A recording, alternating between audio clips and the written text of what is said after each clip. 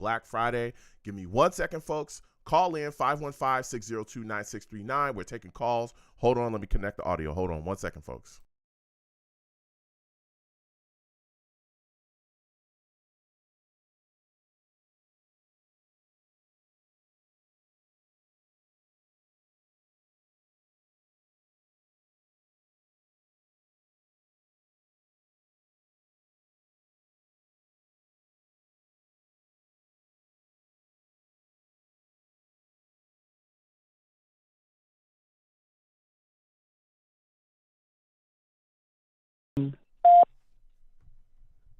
Blog Talk Radio.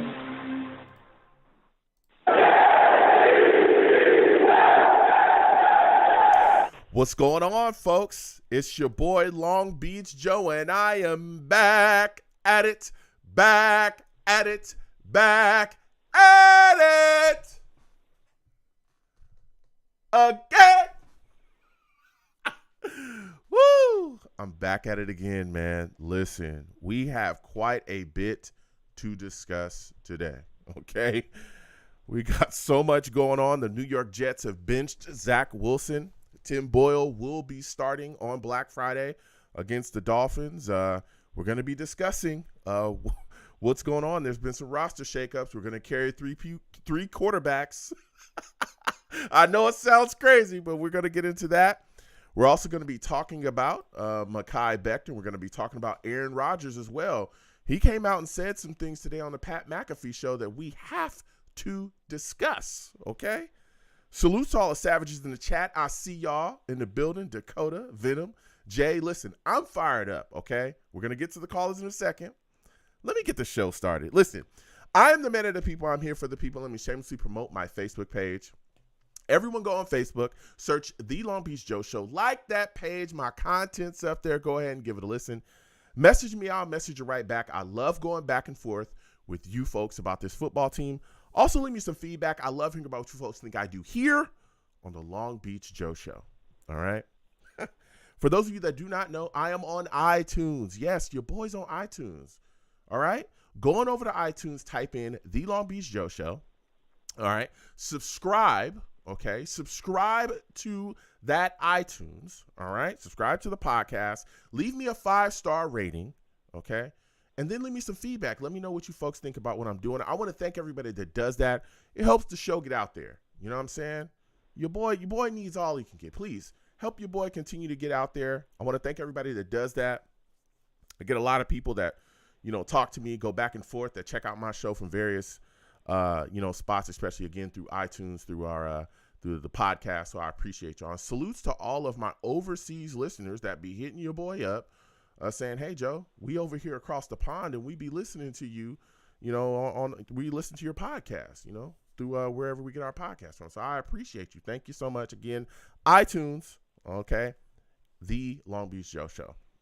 Your boy is also on Twitter as well. Going over to Twitter, type in at The Long Beach Joe, at The Long Beach Joe on Twitter. Okay, personal page is at YoungJ00, but at The Long Beach Joe is the show's page. Go ahead. Follow, all right, at The Long Beach Joe. Okay, I'll follow you right back. Let's go back and forth, man. Have those discussions. Talk to a lot of people. Have a lot of fun connecting with Jets fans. Some people just hit me up and want to talk to me about life. Hey, I'm all about that too. I'm all about it. All right?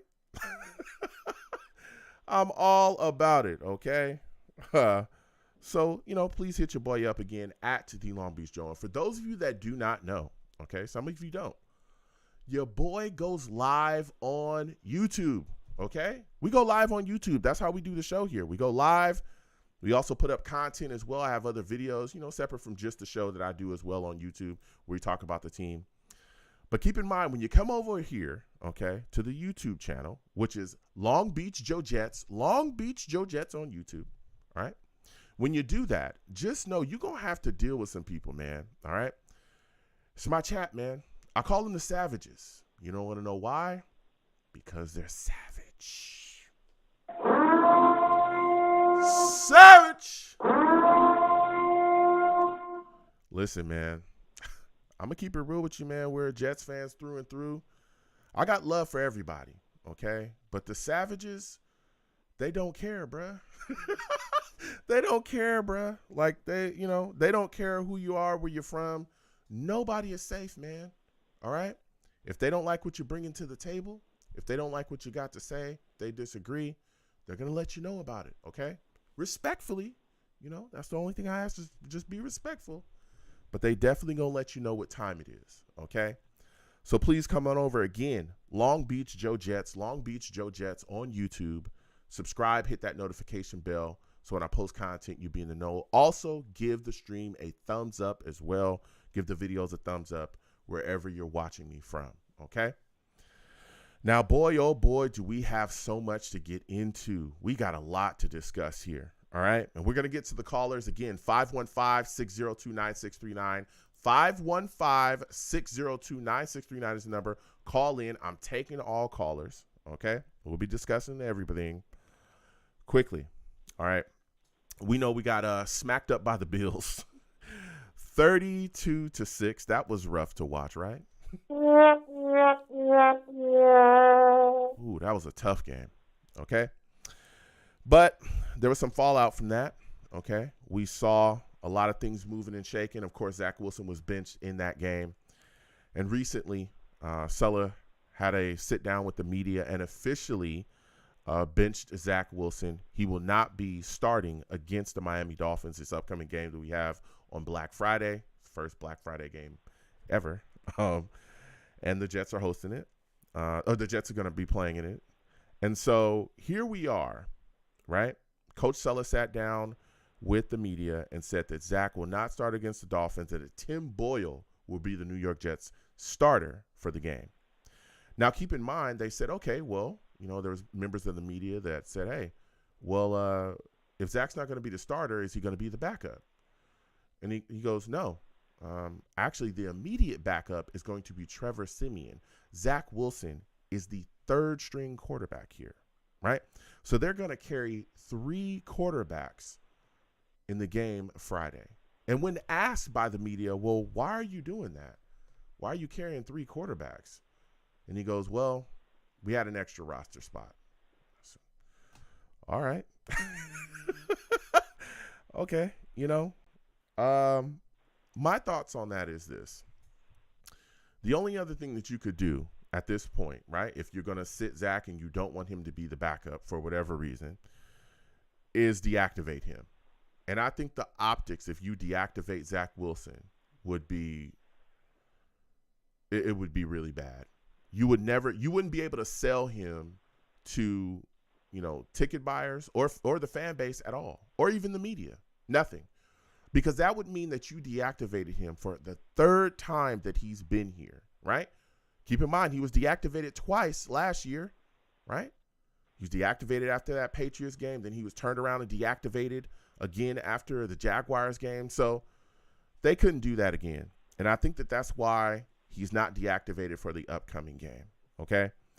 So we will be carrying 3 quarterbacks. And when asked by the media, what went wrong with Zach? Why do you think that we haven't seen Zach kind of, be able to step up? And so far, not having the success on the field, he kind of is a failure, right? Well, Sulla stepped up and said, whoa, I wouldn't consider him a failure. But, things haven't worked out, because of various issues. And he said that Zach, the situation with Zach is that Zach didn't have the time to really sit back and watch and learn from the bench, right? He talked about things, getting better reading certain things, certain coverages. He talked about the inability to play fast, right? And he even talked about making changes in various spots as well that they had already done, right? They made changes along the offensive line. They made changes along the wide receiver core. They made changes at the position group. And that, making the change at the quarterback position was the next step for them to see if they could get a spark offensively.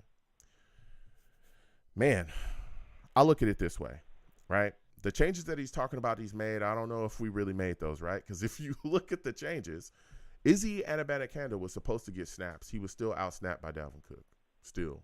And we know that Dalvin hasn't been his best. You look at the wide receiver position, Allen Lazard, who is playing very bad, and I turned up the heat on him a couple weeks ago, and I'm going to keep that fire, burning, he's still out snapping like Jason Brownlee and Malik Taylor and all these guys. He's still out there doing that.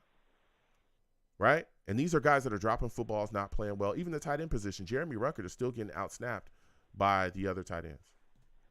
So the changes, to provide the spark, we'll see if the spark is there. Now, as far as Zach Wilson and his situation to sit back and watch, we all knew that. That's why we brought in Aaron Rodgers, right? That was the plan. That was the goal, to have Zach Wilson sit back and watch Aaron Rodgers continue to learn within the offense and progress. But we know that was not able to happen.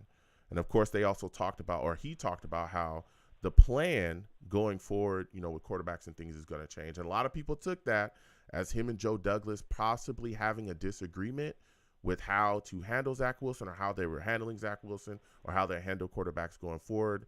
I don't know. But, man, this is a tough situation. All right?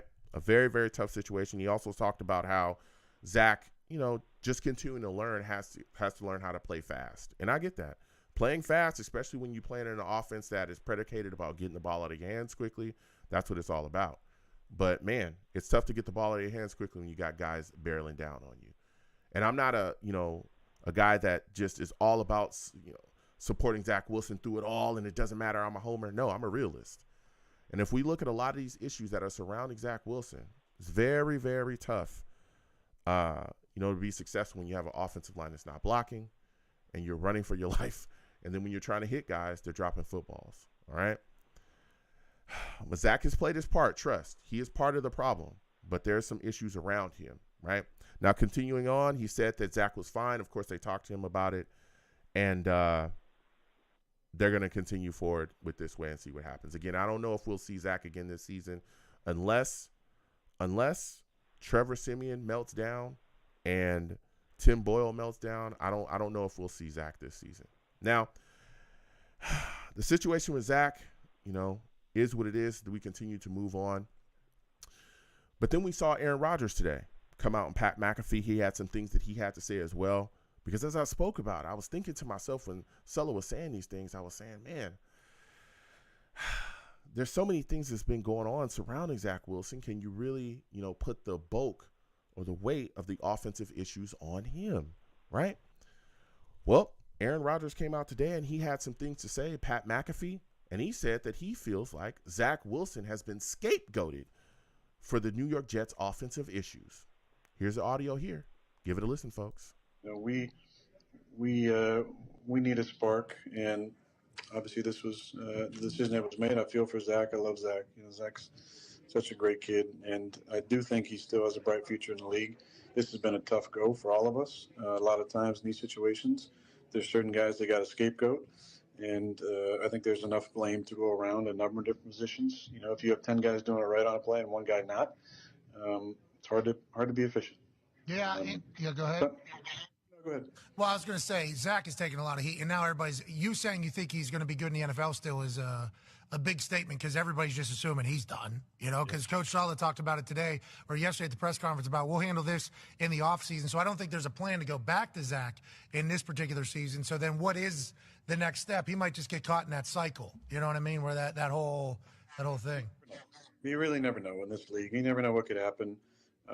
This was obviously not the way any of us thought this was going to go down. It was going to be me and my show and Zach getting to learn and watch it firsthand and not have the pressure to go out there and play.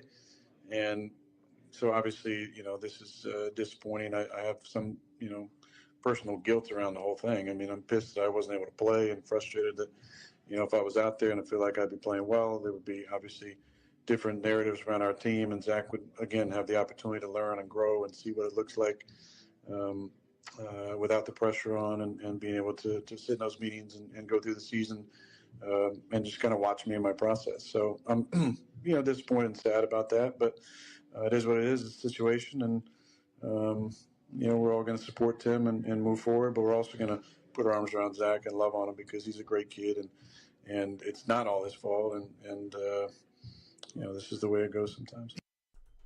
Now, there you heard it, right from Aaron Rodgers. And let me tell you something. that set off a situation. I wanted y'all to hear directly from Aaron Rodgers. We're going to get to the lines, 515-602-9639 in just a second, okay? Aaron Rodgers himself said he believed that Zach was being scapegoated. And there's other guys around here, right? There's other guys on the offense that are not doing their jobs. And he's the guy being blamed for it, okay? Again, I'm not a Zach Wilson. I know there's a lot of names for people that just support Zach Wilson regardless and never talk about him negatively. Never talk about him negatively, but trust, I have crushed Zach Wilson before. And I'll do it again if he plays bad or if he plays not up to my standard, right? But there are other guys on this offense that I believe truly are getting a pass and are not getting the heat that they deserve at all. Allen Lazard being one of them. This is a guy that is getting paid a lot of money, that is playing like poop, caca, doo-doo, okay? I'm telling you, he's playing horrible. Allen Lazard is running sloppy routes. He can't catch the football. When he's running his routes, he's not fighting to come back to actually get to the ball. He's just out there in la-la land. And it is mind-boggling. I am shocked at this point that he has not been benched. I'm shocked. And I know that Sella talked about the changes that needed to be made, but damn it, they need to be made now. And he's one of the guys that need to be made an example of. Along with, I'm not saying the other guys, because this offensive line at this point is eaten up with injuries. But the line not being able to block, even Garrett Wilson has had some drops and some fumbles as well. So there's blame to be spread around. Now, of course, Zach Wilson spoke with the media and said he feel like he isn't being scapegoated. The offense is not getting it done with him at the helm, and he understands, hey, there's a change. Of course, Zach is going to, toe the line. But you had Aaron Rodgers say what he said. Aaron Rodgers also talked about coming back December 2nd. Talked about wanting to be able to rejoin the New York Jets and get back to practice. Said he's way ahead of schedule. I am very nervous about that situation. So we'll see what happens with that as well. He also talked about the season not being dead at 4-6, and that there's other teams that have made a run at 4-6 and done some very, very special things. So we're going to be discussing that as well.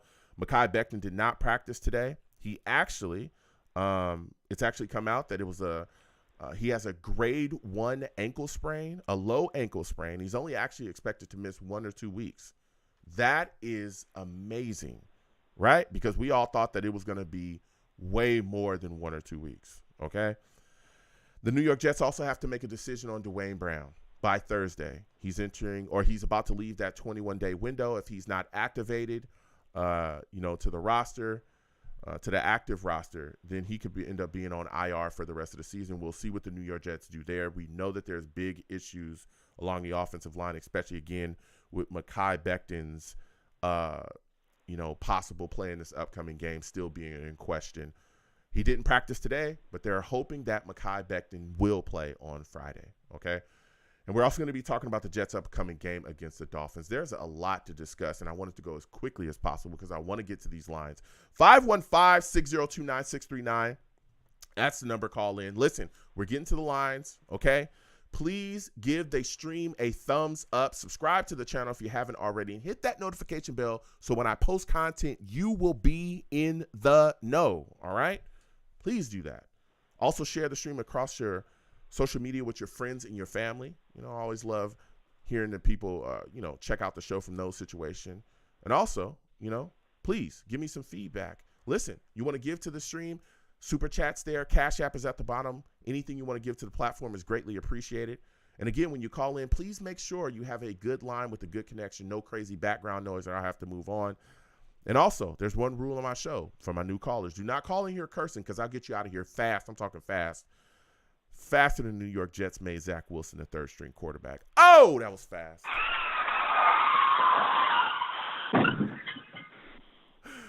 Ooh, that was fast. Hey, can y'all tell I have way too much fun doing this? Was it too soon? Let me know, Savages. Savages in the chat. I see you in the building. Put your questions, put your statements. We'll be coming to you folks in between calls. Keep in mind, I'm one man, though. All right, but we will get to you if you have a question or something that you want to say as well.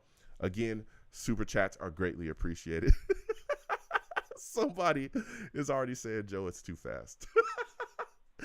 First caller we're going to is Val. Val, we're coming to you, 315-631-917. Other callers will get to you in a second. Trust, we want to hear from everybody. Val salutes. For those of you that do not know Val, he's a savage. Savage! Val, the New York Jets are 4-6. Zach Wilson is now our third string quarterback. Aaron Rodgers believes that Zach Wilson has been scapegoated for the New York Jets' offensive issues, and I am laughing my keister off. Give me your thoughts about all of this. Oh man, I didn't even get to hear the audio because I guess on the phone it doesn't register or something. So okay. I guess I got to hear it on the YouTube. Yeah, so I didn't really hear what he said, but he said that he was a scapegoat. Yeah, so Aaron Rodgers basically said that the New York Jets needed a spark offensively, and that that Zach Wilson basically was made a scapegoat, and that there's 10 other guys along the offense, that aren't doing their jobs either. He talked about other things too. He talked about how if you have a bunch of guys not doing their job, or if you have one guy doing his job and a bunch of other guys not doing their job, you're going to have issues. He said that Zach Wilson's future is bright. He did say that he also kicks himself and that he's hurting because he hasn't, been able to, play because he's been injured. So he feels bad about that. But he did say, hey, we're going to hug on Zach. We're going to support Tim, but we're also going to, love on Zach as well because he needs that. So give me your thoughts. Oh, man.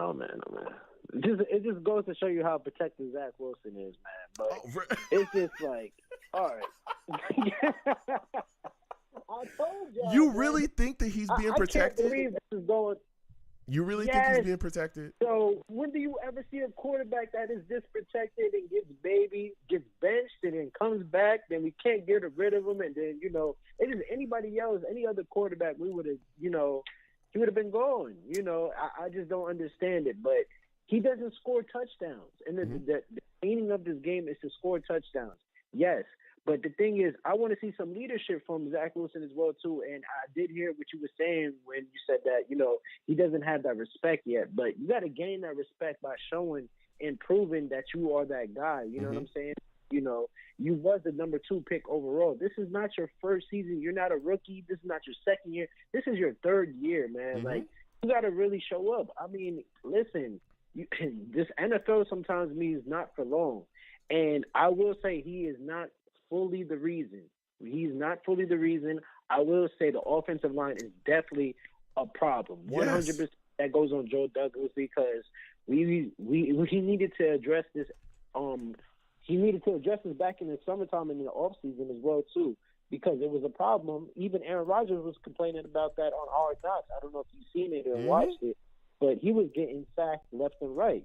So it was basically something that we needed to address. You had Corey Davis that retired. That's $10 million right there. You could have used that $10 million to actually get somebody else to come in here to actually help. Wait. Hold on, Val. And I don't mean to cut you off, but here's the deal. Okay. Here's the deal. We're talking about bringing guys in. He did. Joe Douglas, there's a lot of things you can blame him for. Okay? There's things you can blame him for. Okay. But he did attempt to address the offensive line. I just want to put this out here. He did attempt to address the offensive line. He went after Orlando Brown Jr., and I think Orlando Brown Jr. talked about this publicly, that the Jets made him an offer, and it was a very lucrative offer, and he chose elsewhere, right? Now, what I will put on Joe Douglas is you cannot depend on Dwayne Brown and basically give him the starting left tackle job coming into the season, but I talked about that, okay? The same way I talked about Mekhi Becton needing that fifth-year option, okay? But, again, when you look at the situation here along the offensive line, there's a lot of guys that are third stringers that are playing here. There was big injuries. Connor McGovern, Tippmann went down for, a second, but he was able to come back. I remember people, when I was talking about how, hey, we need to get some more offensive line in here, I was told, well, ATV can switch from right tackle to guard, so his versatility is going to negate that, Joe. We don't have to worry about that. Right tackle, yeah. Yes, I remember how you remember I was told that when I said, hey, I have concerns. I was told to shut up. Well, ATV tears his Achilles. That versatility is no longer here, all right? But as far as the offense, he went out and did some work. That's what we brought Alan Lazard in to do. We brought Alan Lazard in to be the Corey Davis replacement. Remember that? We were all excited. The guy stinks. He is terrible. And that's, listen, and I want to play devil's advocate. Again, I want to say this again, okay? I'm not a Zach supporter through and through, but I'm saying this. With all of the issues that we are seeing along this offense, right? Alan Lazard playing like garbage. We've talked about this ad nauseum. Nobody outside of Garrett Wilson seems to be able to get open on a consistent basis at all. It is literally only Garrett Wilson and Breece Hall. That's it. That's the entire Jets offense. Yep. Nobody else. So when you have an offensive line that's crumbling, when you have guys that you've brought in to be playmakers not doing it, and it's not just Lazard, CJ Uzama, there's other guys too. And also something that people are not talking about enough, and I'll give you the next word, Val, because I want to hear from you. Nathaniel Hackett is horrible. He is awful. He is an awful play caller, and nobody's talking about that. But this is with all of this swirling around Zach Wilson, I mean, can you see where Aaron Rodgers is saying, listen, he's being scapegoated? Give me your thoughts. I'm just asking. Alrighty, let's go. All right, so let's start from Dwayne Brown. Let's go down the list. Dwayne Brown, he was a problem. This is supposed to be the CEO head coach, right? Correct? Mm-hmm. You know? All right, he got brought here to be the CEO head coach. Then on top of that, if you see that there's a problem there and this guy had no preseason and this guy, you know, he wasn't really that good last year, where is the in-game adjustments? And a lot of people have been asking me, what is the accountability of the adjustments if you're not performing well? Where is the, where's the punishment? Like, where's the, you know, we got to switch you out and stuff because you're not doing your job to the best of your ability. That's supposed to be CEO. Here we go. Talk, Val. I'm listening. So that's my problem with coaching right there. The in-game adjustments, the ego-driven. You could have had Mekhi Becton at left tackle, and this could have all been avoided. And then on top of that, you know that the schedule was going to be that tough. And then, hold on, what else did you say? And you did know the schedule was going to be tough, and we didn't make that adjustment, so we let that linger on. And then, of course, people got hurt, and we end up losing games. And then on top of that, what else did you mention? Joe Douglas. Yeah, Joe Douglas. Yes, he did. How can I say it? He did try to reach out to some free agents and stuff, but I still feel like there were some free agents that he could have at least got that could have helped us a lot more, knowing that, you know, the whole situation of Dwayne Brown and the situation. But I still believe we had cap space. We had cap room.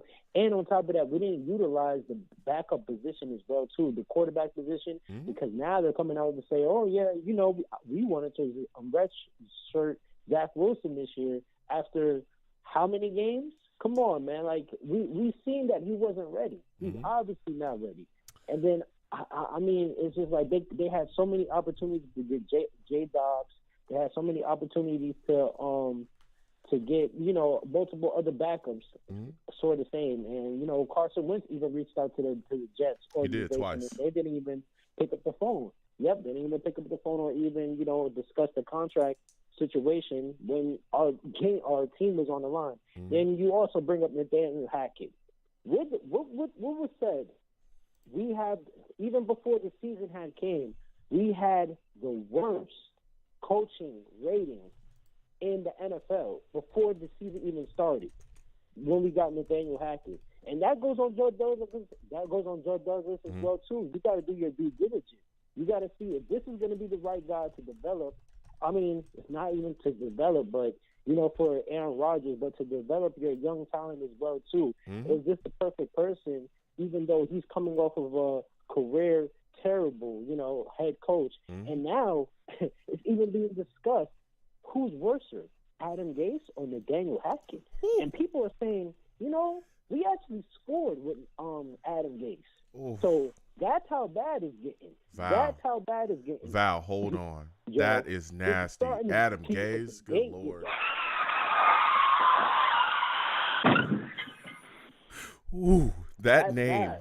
That name makes me scared. Now, listen, Val, you're bringing the heat, but we gotta get rolling because I got callers. My final question before I let you Yes, go, sir. before I get your final score prediction, what are your expectations for the New York Jets offense with Tim Boyle at the helm?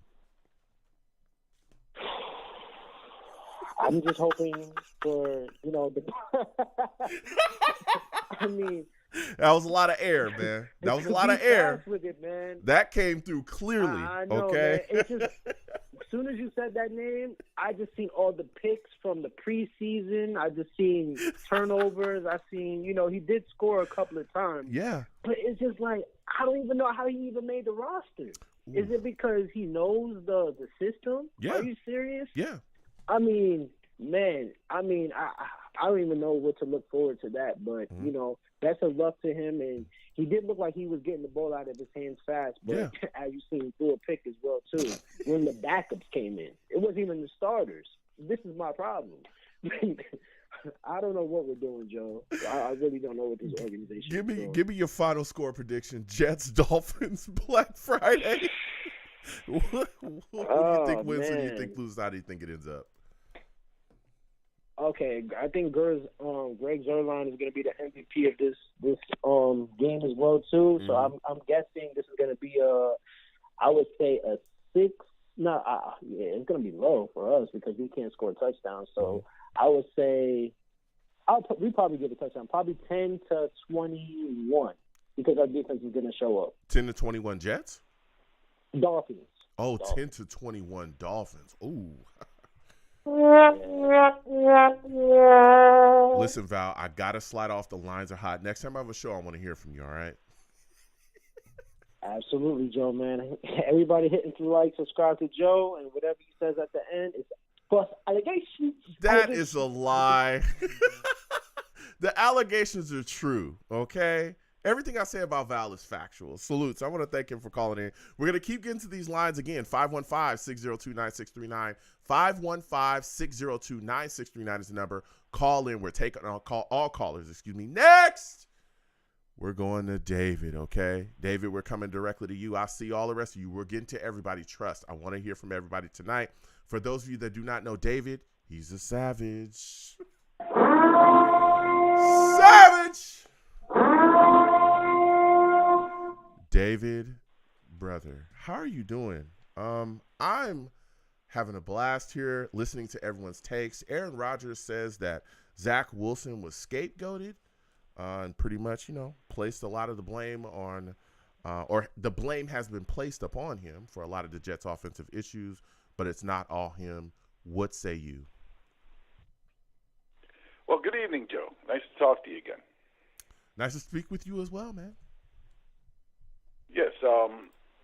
I was listening to I finally caught your show when it first came on, so I was able to hear the background. I did catch a little bit on Michael Kay, the topic you were talking about with the ESPN interview with Aaron, and that's the key I want to talk about is sometimes, when you go for a quarterback like Aaron and it doesn't work out like that, and don't prepare in the background with the proper backup, you get exploited. You can't really think clearly about what your whole season is about because the whole identity is with Aaron, and it becomes all about him. He brought his posse with him.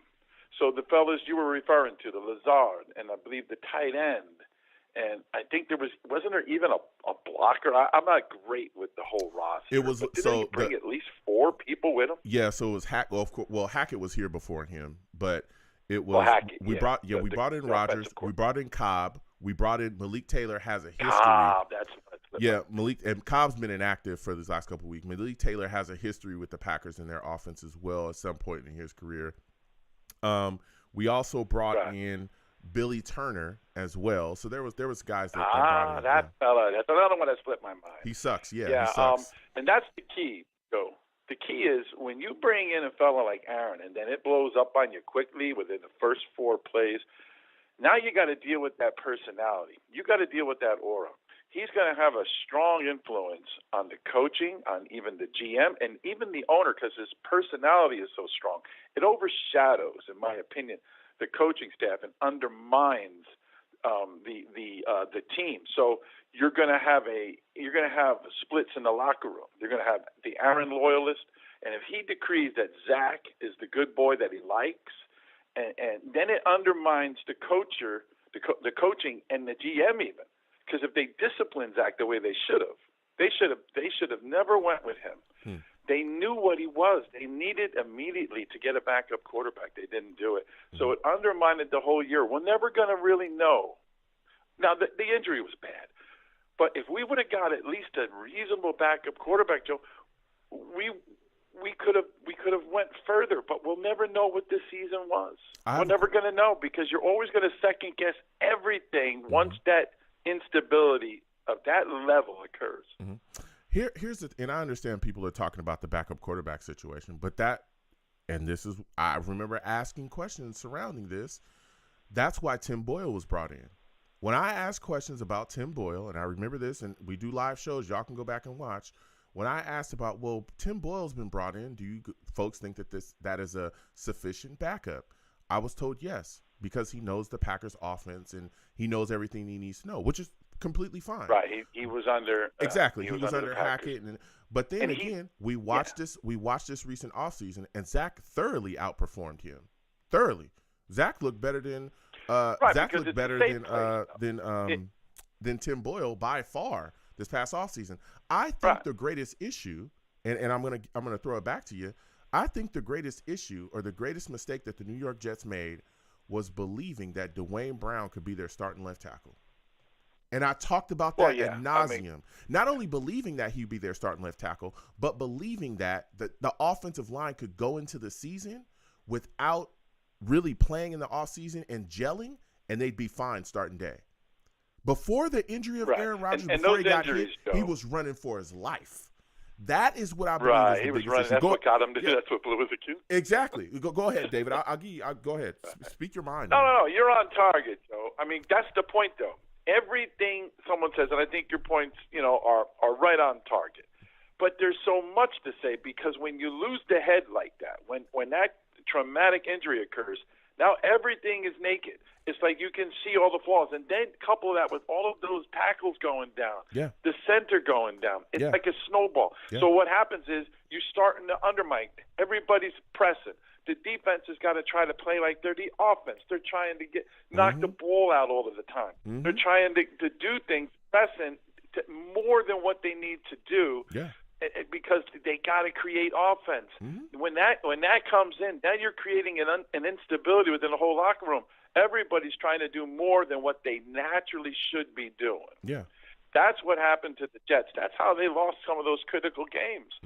The receivers aren't catching because they're trying too hard to catch it. It's like, I got to catch this. If this doesn't work out, boom, we're going to go 3 and out. And everybody's, in my opinion, what I've seen this year, everybody is stressing, overplaying. Then what happens is you're gonna make mistakes because they don't believe in their quarterback. They want to be a good teammate, Joe, but they never believed. Last year they were wearing the Mike White shirts. It's the same guy. No, listen, I hear you. I hear you, David. But here's my thing, is that when you're getting paid, just go do your job. I understand people are saying that they're pressing and things like that. I don't necessarily think that's true, because Allen Lazard hasn't been able to catch this whole season. When you're a receiver, nothing changes. Yeah, your quarterback changes, but nothing else changes about what you're doing. You still have to go out there and catch the football. Those are basic things you have to do. You have to go out there and run your route solidly. You have to go out there and not commit idiotic penalties. I feel like if you talk about people pressing and stressing, you look at C.J. Uzomah. He's out here grabbing guys, taking touchdowns off the board. These are veteran guys. These are not I would be more along the lines of that thinking if this was full of young players and all. No, these are veteran players that are making these big mistakes. Allen Lazard been in the league. So I think a lot of these guys are just not stepping up and not doing what they need to do. Go ahead, David. We're talking about Lazard, right? Yeah, and Lazard. You're right in your observations. Did we also see Lazard chasing down a Buffalo Bills player, Joe, and then hugging him after he scored? Brother, David. David, do you know how much heat I got? That was so stupid. He's just out there joking around and laughing. David, you saw it the same way I did. I thought that was ridiculous. I am shocked that he has not been benched. I'm shocked. Jason Brownlee, Malik Taylor, there's so many guys that we could put out there. If you're going to go out and get penalties, drop footballs, run lazy routes, joke during the game, if you're going to do that, then sit on the bench, man. Give me your thoughts about that, David, and also give me your thoughts about what you expect. I'm there. That's why with Tim I had Boyle the at answer the to my helm own of the offense. question. When I saw that, I already knew the answer. I said, I know why he's doing that. It's because they believe in their core. These are all professionals. They believe in their core they are not good enough to get to the promised land of what they could have been if Aaron had a decent season and they didn't have the injuries. So the team basically, I believe, has the psyche of we're not going to achieve our goals. And I believe it's in the heart of Saleh and it's in Joe Douglas. I think it's embedded in the culture, Joe, of this team this year that they are so discouraged. They won't admit it, but if you put a lie detector test on them and you ask the right questions, you would get most of that team saying, you know what, the truth is, man, what happened to Aaron just blew us all away. We were so hyped that we had a quality leader and we could do this. And when he went down, we realized, oh, wow, all we got is Zach. Wow. And then they tried, and you have momentum. But, Joe, here's the thing. Football's momentum. There's not much of a difference between a winning team like Kansas City and the Eagles or the Jets. The Jets beat the Eagles, Joe. I mean, I'm not. Football is momentum. Yeah, when you start getting comfortable with losing, you all of a sudden you're going to lose. Look, I think, and it's not that they're so much better. It's just you got comfortable with losing. Yeah, that's what happened, in my opinion. I mean, I hear you. HUD proved it to me, Joe. Yeah, HUD proved it. I've never seen that. It's because I've never seen that, because Joe. I believe that there's a lack of discipline here. And we've seen that not only with that, because losing's okay as long as you try. Penalties, as long as you got a good week of practice. Yeah, the penalties and all that stuff. Losing's but I'll okay. tell you what. Before I let you go, David, give me your final score prediction. Jets, Dolphins. Who do you think wins? Who do you think loses? How do you think it ends up? And Joe, this ain't hype. Thank you for the question. Here's the answer, Joe. This ain't hype. I think this quarterback looks good. He's tall. He's stout. He understands the offense. He can throw. And I believe it's at home. I believe they can beat this team. I believe they're going to win. They're going to win this game 20-16 because they can cover the receivers. Okay. And Sauce is ticked off, and the defense is embarrassed that they let the Bills score too much. I think they rebound and beat this team. 20-16. And I think Boyle has the potential to be that average quarterback. Okay. We're going to find out. I like Listen, David, thank you for the call. Show, I got to slide off. Listen, I understand what people are saying. And I get that maybe that is in the psyche of some of these players where they want to fold. But if you want to fold, then get the hell out of here. Because you're going to face adversity. Every team faces adversity. Even the Chiefs, even the Eagles. They face adversity throughout the seasons where things don't go right. They have injuries where guys go down. Where's the mentality that you're going to keep fighting and pushing? Because if you can make a run, if you can get into the playoffs, trust me, anything can happen. We've seen it. We've seen it. I remember there were years where Mark Sanchez was not very good at all, and he was hindering us and killing us. And we would do just enough. We get into the playoffs, and we made a run to the AFC Championships back-to-back with him. He was not good. He was not good. If you are going to call it in and mail it in because there's some adversity in the season and just decide you're not going to do your job, where's the discipline? We're talking about Allen Lazard. He ain't playing well. He's hugging guys out on the field. We're getting back to the lines again. 515-602-9639. 515-602-9639 is the number. Call in. We're taking our callers. Next! We're going to Kevin. Kevin, we're coming directly to you. Rusty, Venom, Perry, I see you. New callers. Hold on. We'll get to everybody. Trust. For those of you that do not know, Kevin, hey, brother, he's a savage. Savage! Kevin, man, I'm sitting here going back and forth with people. Aaron Rodgers has said that he believes that Zach Wilson was made a scapegoat for the Jets' offensive issues. Of course, Zach Wilson came out and said he doesn't believe that he is a scapegoat, and the offense just wasn't getting it done with him at the helm. What say you? First of all, thank you for bringing me on the show. I've been a Jets fan since 1982. First thing I want to say is I agree that Zach Wilson has been made a scapegoat.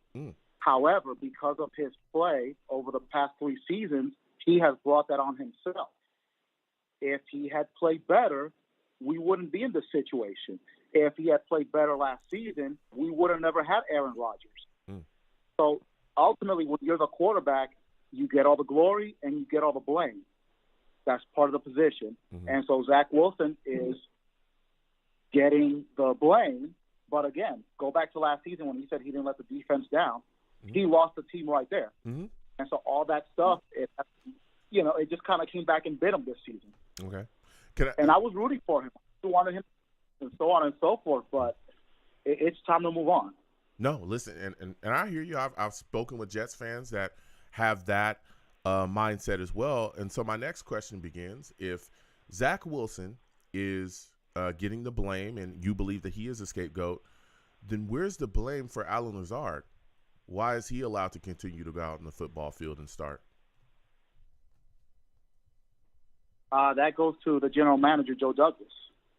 No, but only just for Allen. No, listen, and I hear you. Joe Douglas signed him, right, and gave him a lot of money. But I'm saying if we're benching Zach Wilson, I'm just asking questions here. If we're benching Zach Wilson, correct, and we're holding him accountable, or we're making him a scapegoat, right? We're blaming all our offensive issues on him. Then where is the benching of Allen Lazard? Because it is clear as day, that he is out there doing whatever. Garbage. I'm just asking, Kevin. I'm just asking. You're right. Okay. That falls on Robert Saleh. That's on Robert Saleh. And the same thing with C.J. Uzomah with those penalties he got against the Raiders. He should have got benched right then and there after that second penalty, not after the game. Yeah. Not until not next week. That's on Robert Saleh. Yeah. No question. Yeah. There's a lot of blame to go around, but here we are sitting with Zach Wilson as our number 3 quarterback at the spot. Trevor Siemian is the backup. Now, we're talking about a lot of things moving and shaking around here. What are your expectations of the Jets offense with Tim Boyle at the helm? I mean, do you think we'll see the offense take a step forward? Do you think we'll see more points? What are you expecting from it? Really, the only way is up after what's been going on recently. The previous caller that you had, he was on fire, and it reminded me of something. Like I said, I've been a Jets fan since the early 80s. This kind of has a little bit of a 1999 vibe, and hopefully, for those of you that remember that year, then he went down the first game with the Achilles injury. Rick Meyer came in a few games and stunk it up, and then Ray Lucas came in and was on fire, and eventually got the Jets to 8-8. If Parcells had put Ray Lucas in a couple of weeks earlier, the Jets probably finished 9-7, 10-6, get in the playoffs, and who knows what would have happened that year. My hope is that Tim Boyle becomes Ray Lucas 2023, and there is hopefully still time in the season that maybe we can sneak in as a 7th seed miraculously into the playoffs. It doesn't look good, but especially with this offensive line, and I just want to say one more thing about the offensive line. Go ahead. That's Aaron Rodgers does not need to season, because if he comes back, he's going to tear both his Achilles, both his tibias and fibulas, and both his ACLs with that offensive line. So Aaron Rodgers needs to sit down and just stay home for the rest of the year. Listen, Kevin, this has been a phenomenal call. I know that Aaron Rodgers has talked about coming back on the 2nd of December. He wants to return to practice. I'm concerned about him hurting himself. I don't think he tears both of his Achilles, but I'm concerned about him re-injuring simply because I just don't think that an injury that takes, I think it's 9 to 12 months to heal up. You could do that in I think it's 10 weeks. I think they said it's been so far. I don't think that's real, especially as old as he is. So I don't know, man. Correct. With that offensive, with that offensive line, if he gets hurt again, it'll be 9 to 12 years instead of 9 to 12 months. That's a fact, Kevin. Before I let you go, give me your final score prediction. Jets, Dolphins. Who do you think wins? Who do you think loses? How do you think it ends up?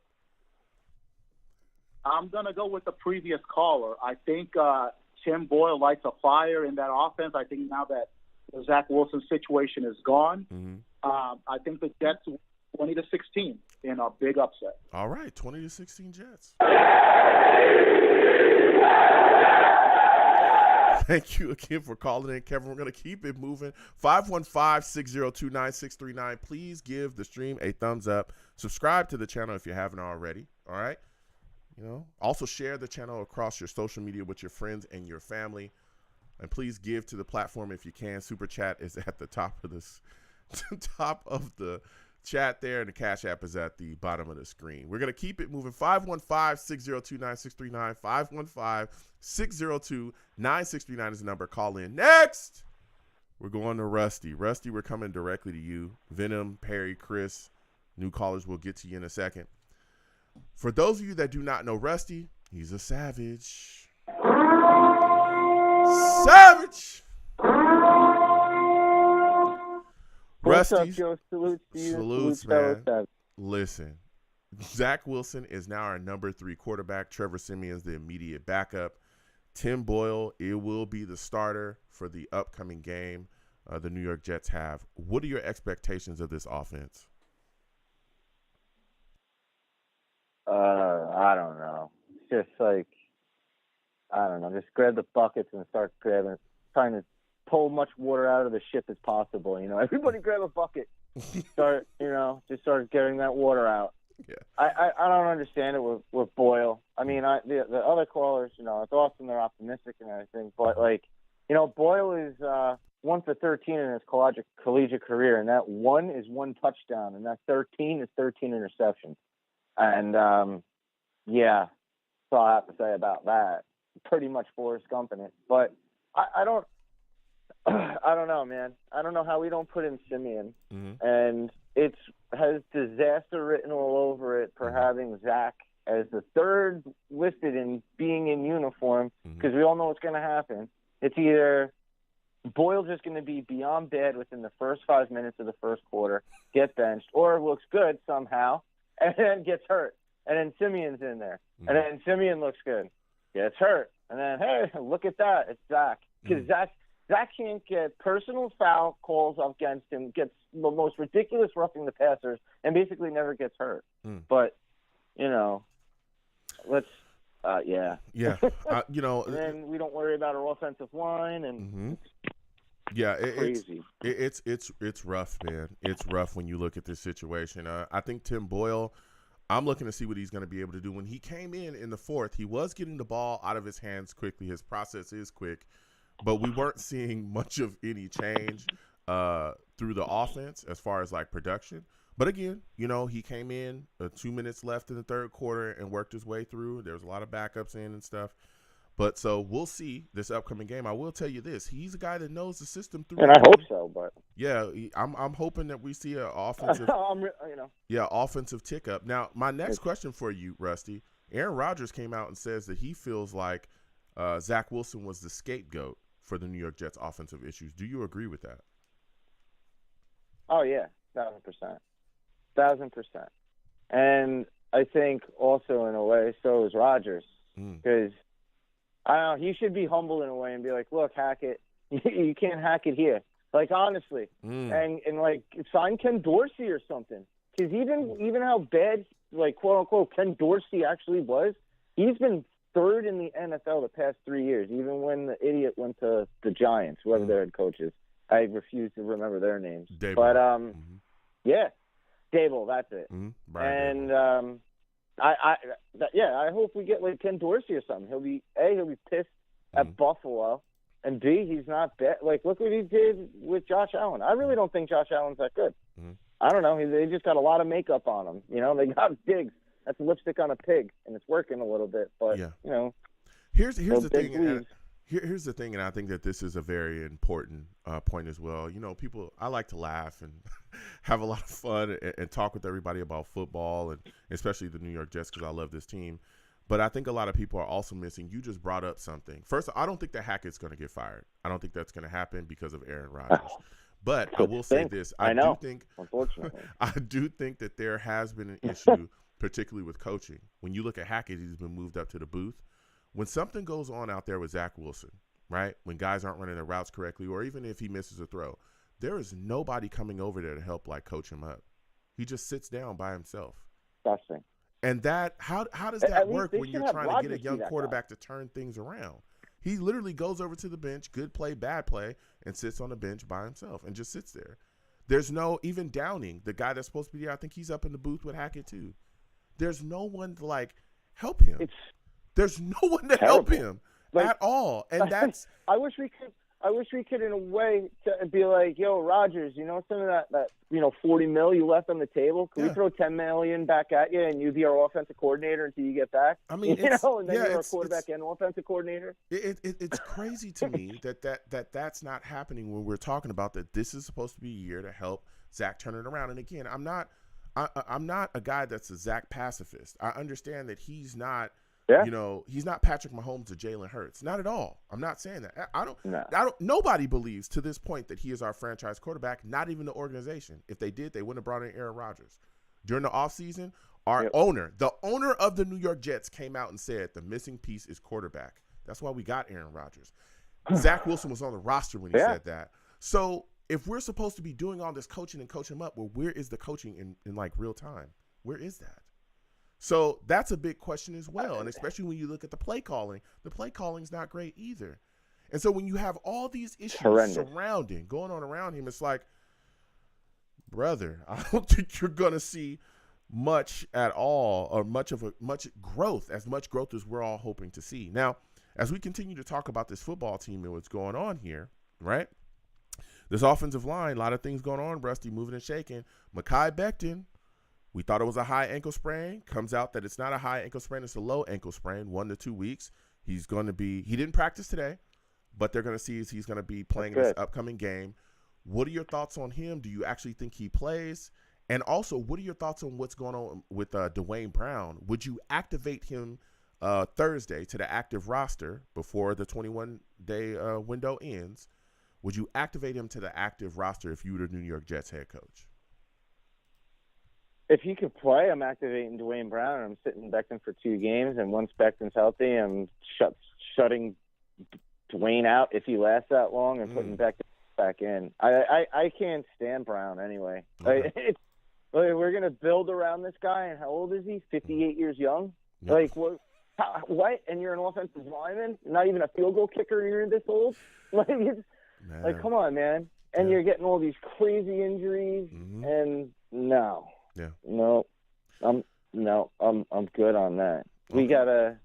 There's got to be a gavel and I don't know, like a sword and axes. Just start chopping people's heads and just being like, look, you gotta go. This gotta happen. And with our injury staff, aren't we supposed to have the best medical thing ever?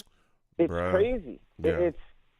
It's just complete backwards. It's like, no, this is how we're going to do it. We have Dr. Kevorkian as our head medical staff. It's like, you're going to see this guy. Yeah. There's been with this Achilles.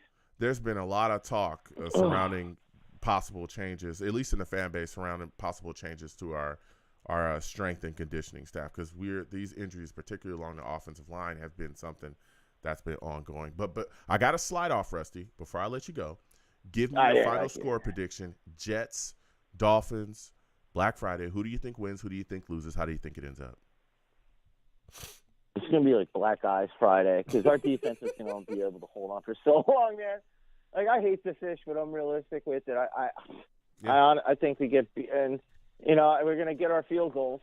We might get 15 points, which is 5 field goals, but I don't know. I see us getting like 9 at most, and stupid fish getting something like 17 or 23 or something. Oh, yeah, 9 to 23. Niner. Right. I'm just. He's taking the Dolphins. Yeah, it's like that. It's a womp. Yeah. Yeah, I can't help it. Listen, Rusty, I got to slide I off. don't Next know. time I have hope a I'm show, I wrong. want to hear from you, all right? Absolutely, Joe. Salute to you and salute to the fellow Savages. I hope I can say let's go Jets. I'm thinking to say it, but All right, salutes, Rusty. Listen, it's rough, but it's always let's go Jets. We'll give it to him, yeah.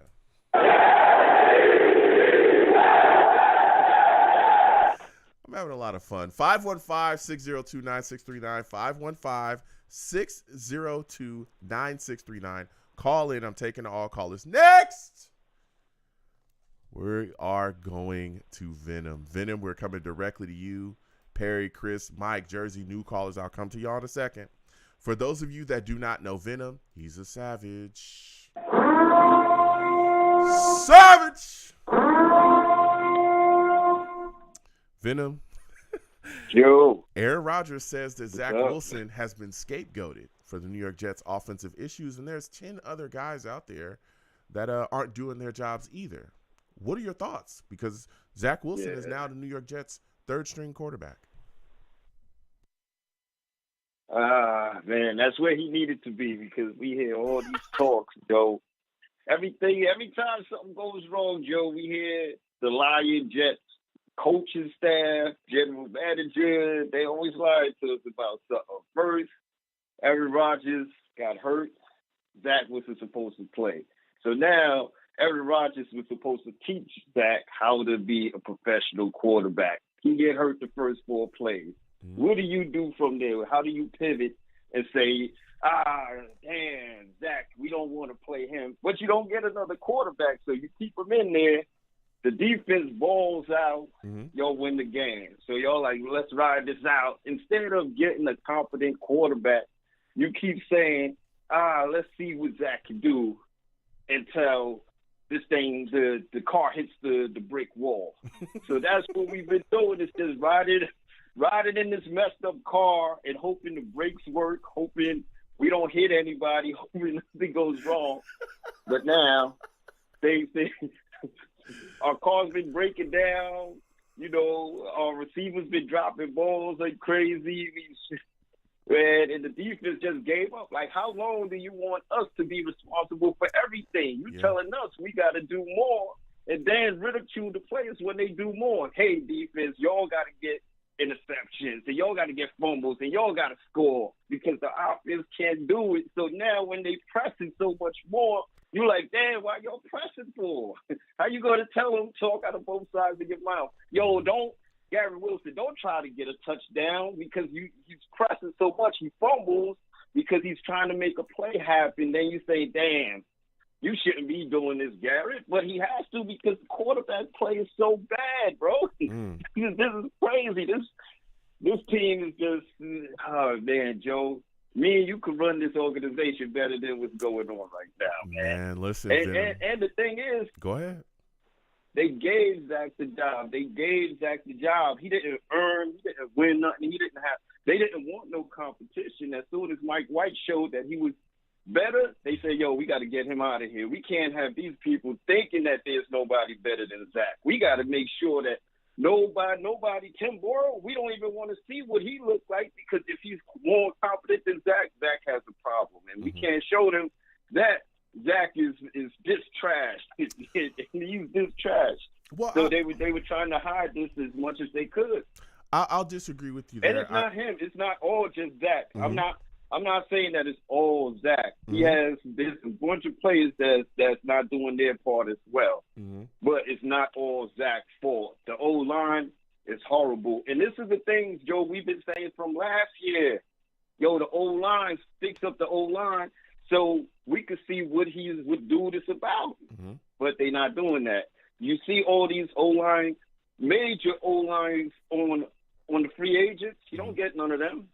And even then, he waited out. He played a money game and get the cheapest O-lineman and then wonder why they all hurt, why they getting hurt. Well, I will say this. But you go spend $22 million for Dwayne Brown, though. Yeah, I will say this.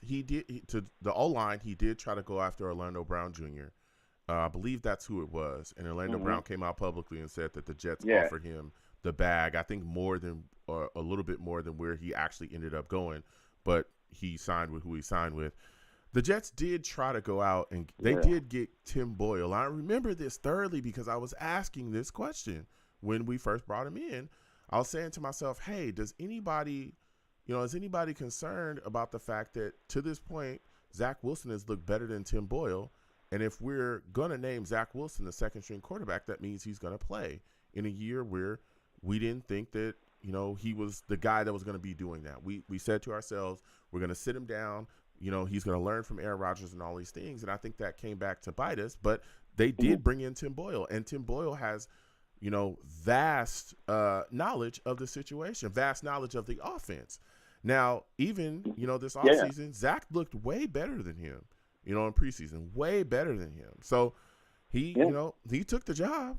He took the job. But the question, the thing that still lingers is, why was that allowed? One, and then two, like a lot of people are saying now, could there have been other quarterbacks that we should have brought in to ensure that Zach was going to be sitting down regardless?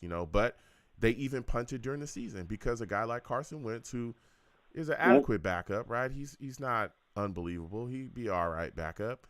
Even he called the Jets twice. I believe it was during the offseason. And then again before he signed with the Rams, he hit them up as well.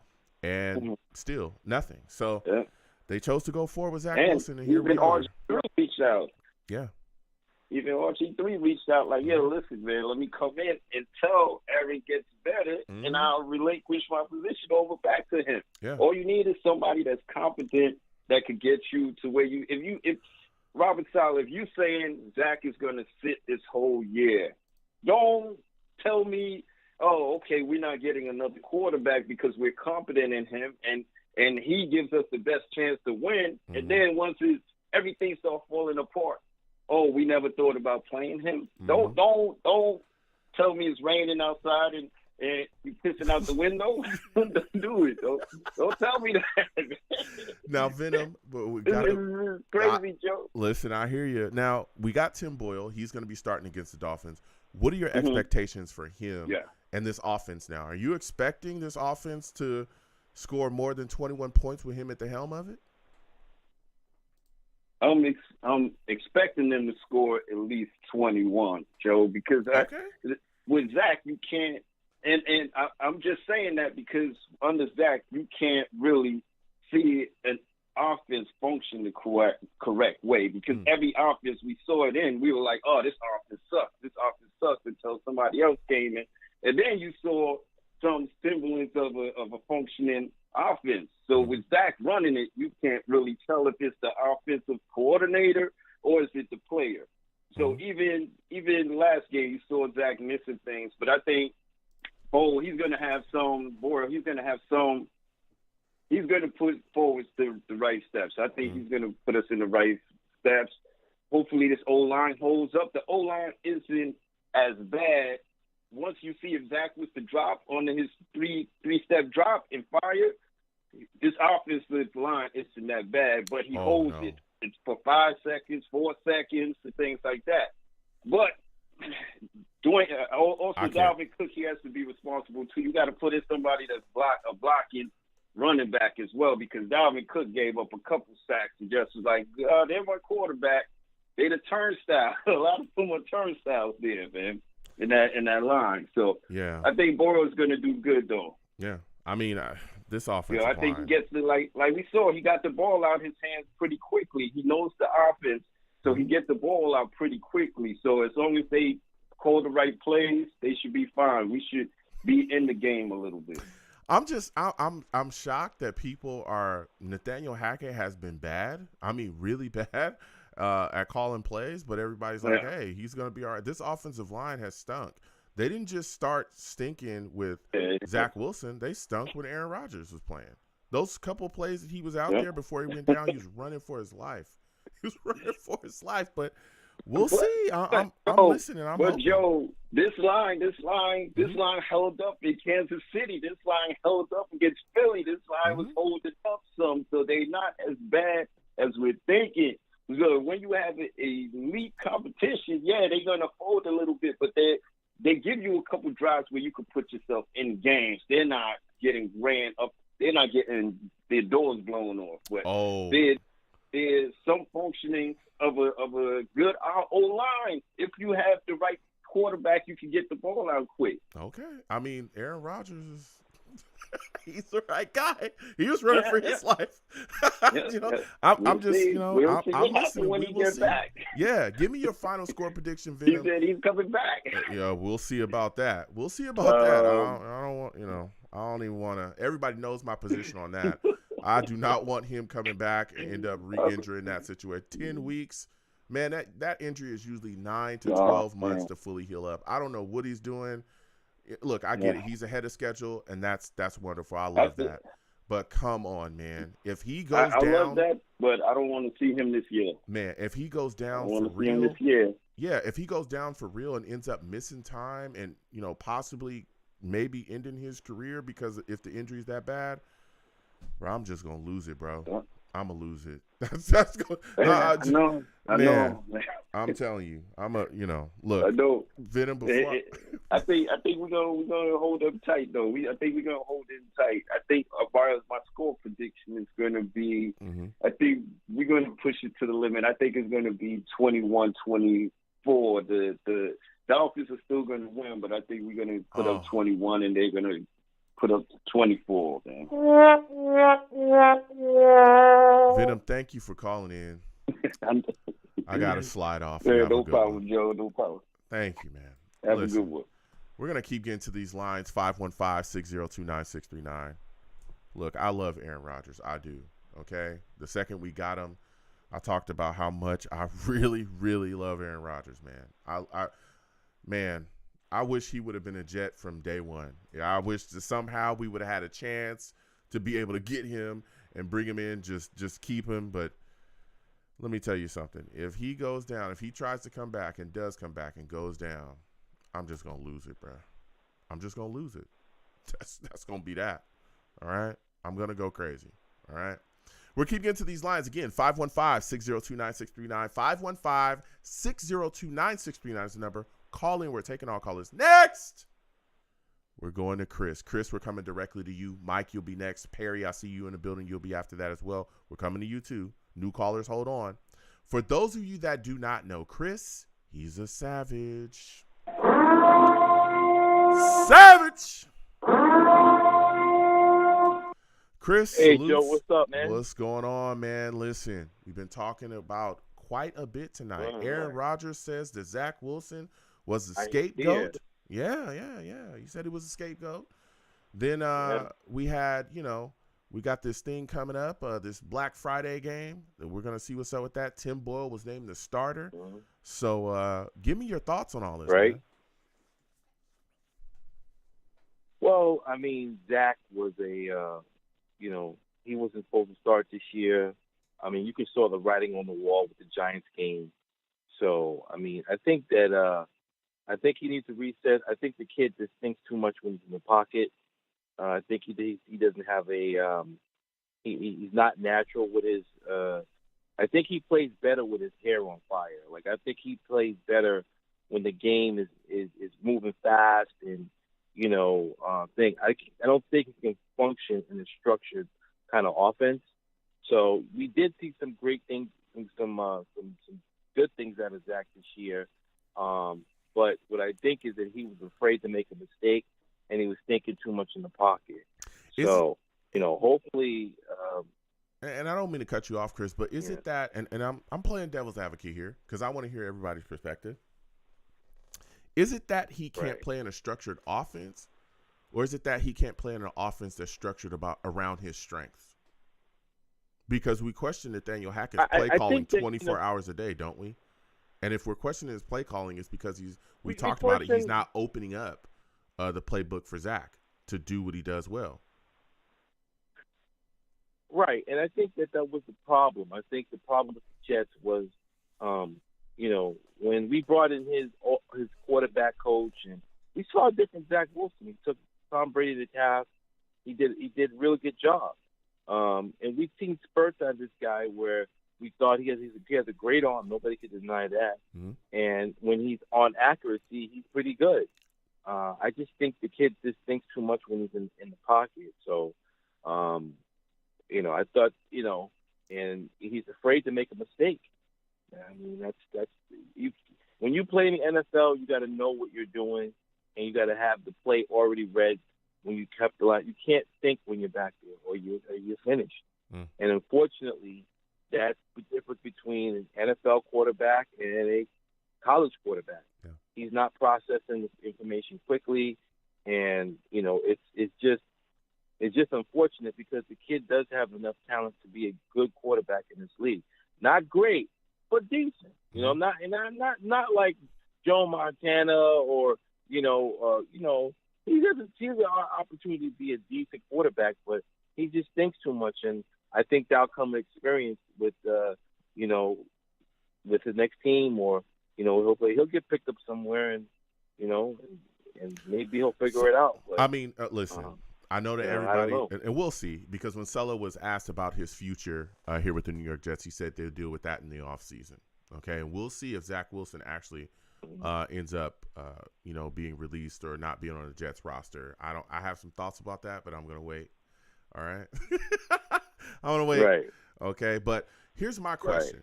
Right? Here's my question, Chris. If we're holding Zach Wilson accountable for his, or scapegoating him, right, and he needs to be benched to provide a spark for the offense, why aren't we holding Allen Lazard accountable for his play? Why isn't he benched? I don't know. But Allen Lazard has a tendency to play hurt, man. You know what I'm saying? So you gotta. I don't know. This guy usually catches a lot of balls, and he might be playing hurt, man. I'm just gonna. Is there something wrong with his hands? He catches a lot of balls. I've seen him in. Is there something wrong with his hands? I don't know, Are you saying man. he's got broken hands and he's injury. playing through a broken hand or something? I mean, No. I'm saying this. I'm saying, Allen Lazard doesn't usually drop passes, man. You know what I'm saying? So I don't know what's going on. You can't say the guy's not good. We've seen him good with Rodgers and stuff. I don't know what's going on. Maybe the ball's getting to him too quickly. Maybe he's afraid. Because if you're getting hit in your knee and your knee is not good, you're thinking about your knee when you jump up and you get the thing. And maybe it looks to me like you may find out that Allen Lazard's playing an injury. I'm just going to be honest. That's what it looks like to me. He's got an injury, and he's playing through this injury, and, it's affecting his catches. Because I've seen this guy do some unbelievable catches. Unbelievable. He's been a good hands guy. He's not like Corey Davis dropping balls everywhere. But I think that, the problems. But I think, you're right. He should be benched. But what I'm saying is that overall, I'm going to give this guy the benefit of the doubt because throughout his NFL career, he's been able to catch those balls. So I don't know what's going on. Listen, I don't think he's scared to go out in the field. He's scared to go out in the field and play. Listen, I don't think Allen Lazard doesn't seem that type of guy. Listen, if you're not getting it done, you're not getting it done. I remember when Mekhi Becton was dealing with injuries. I agree. And I was saying, hey, but he was he was an unbelievable tackles rookie year. And the first thing people would say is, Joe, that was his rookie year. Right. It's not right now. Right? We heard that. It's about what you're doing right now.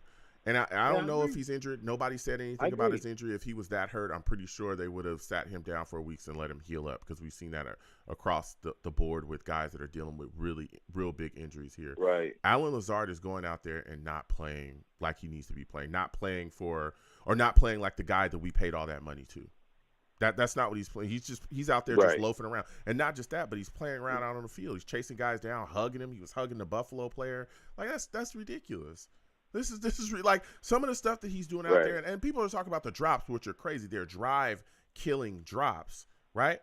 But the lazy route running and stuff that we're seeing out of him too, that's all ridiculous. He should be sat down too. Put in Jason Brownlee.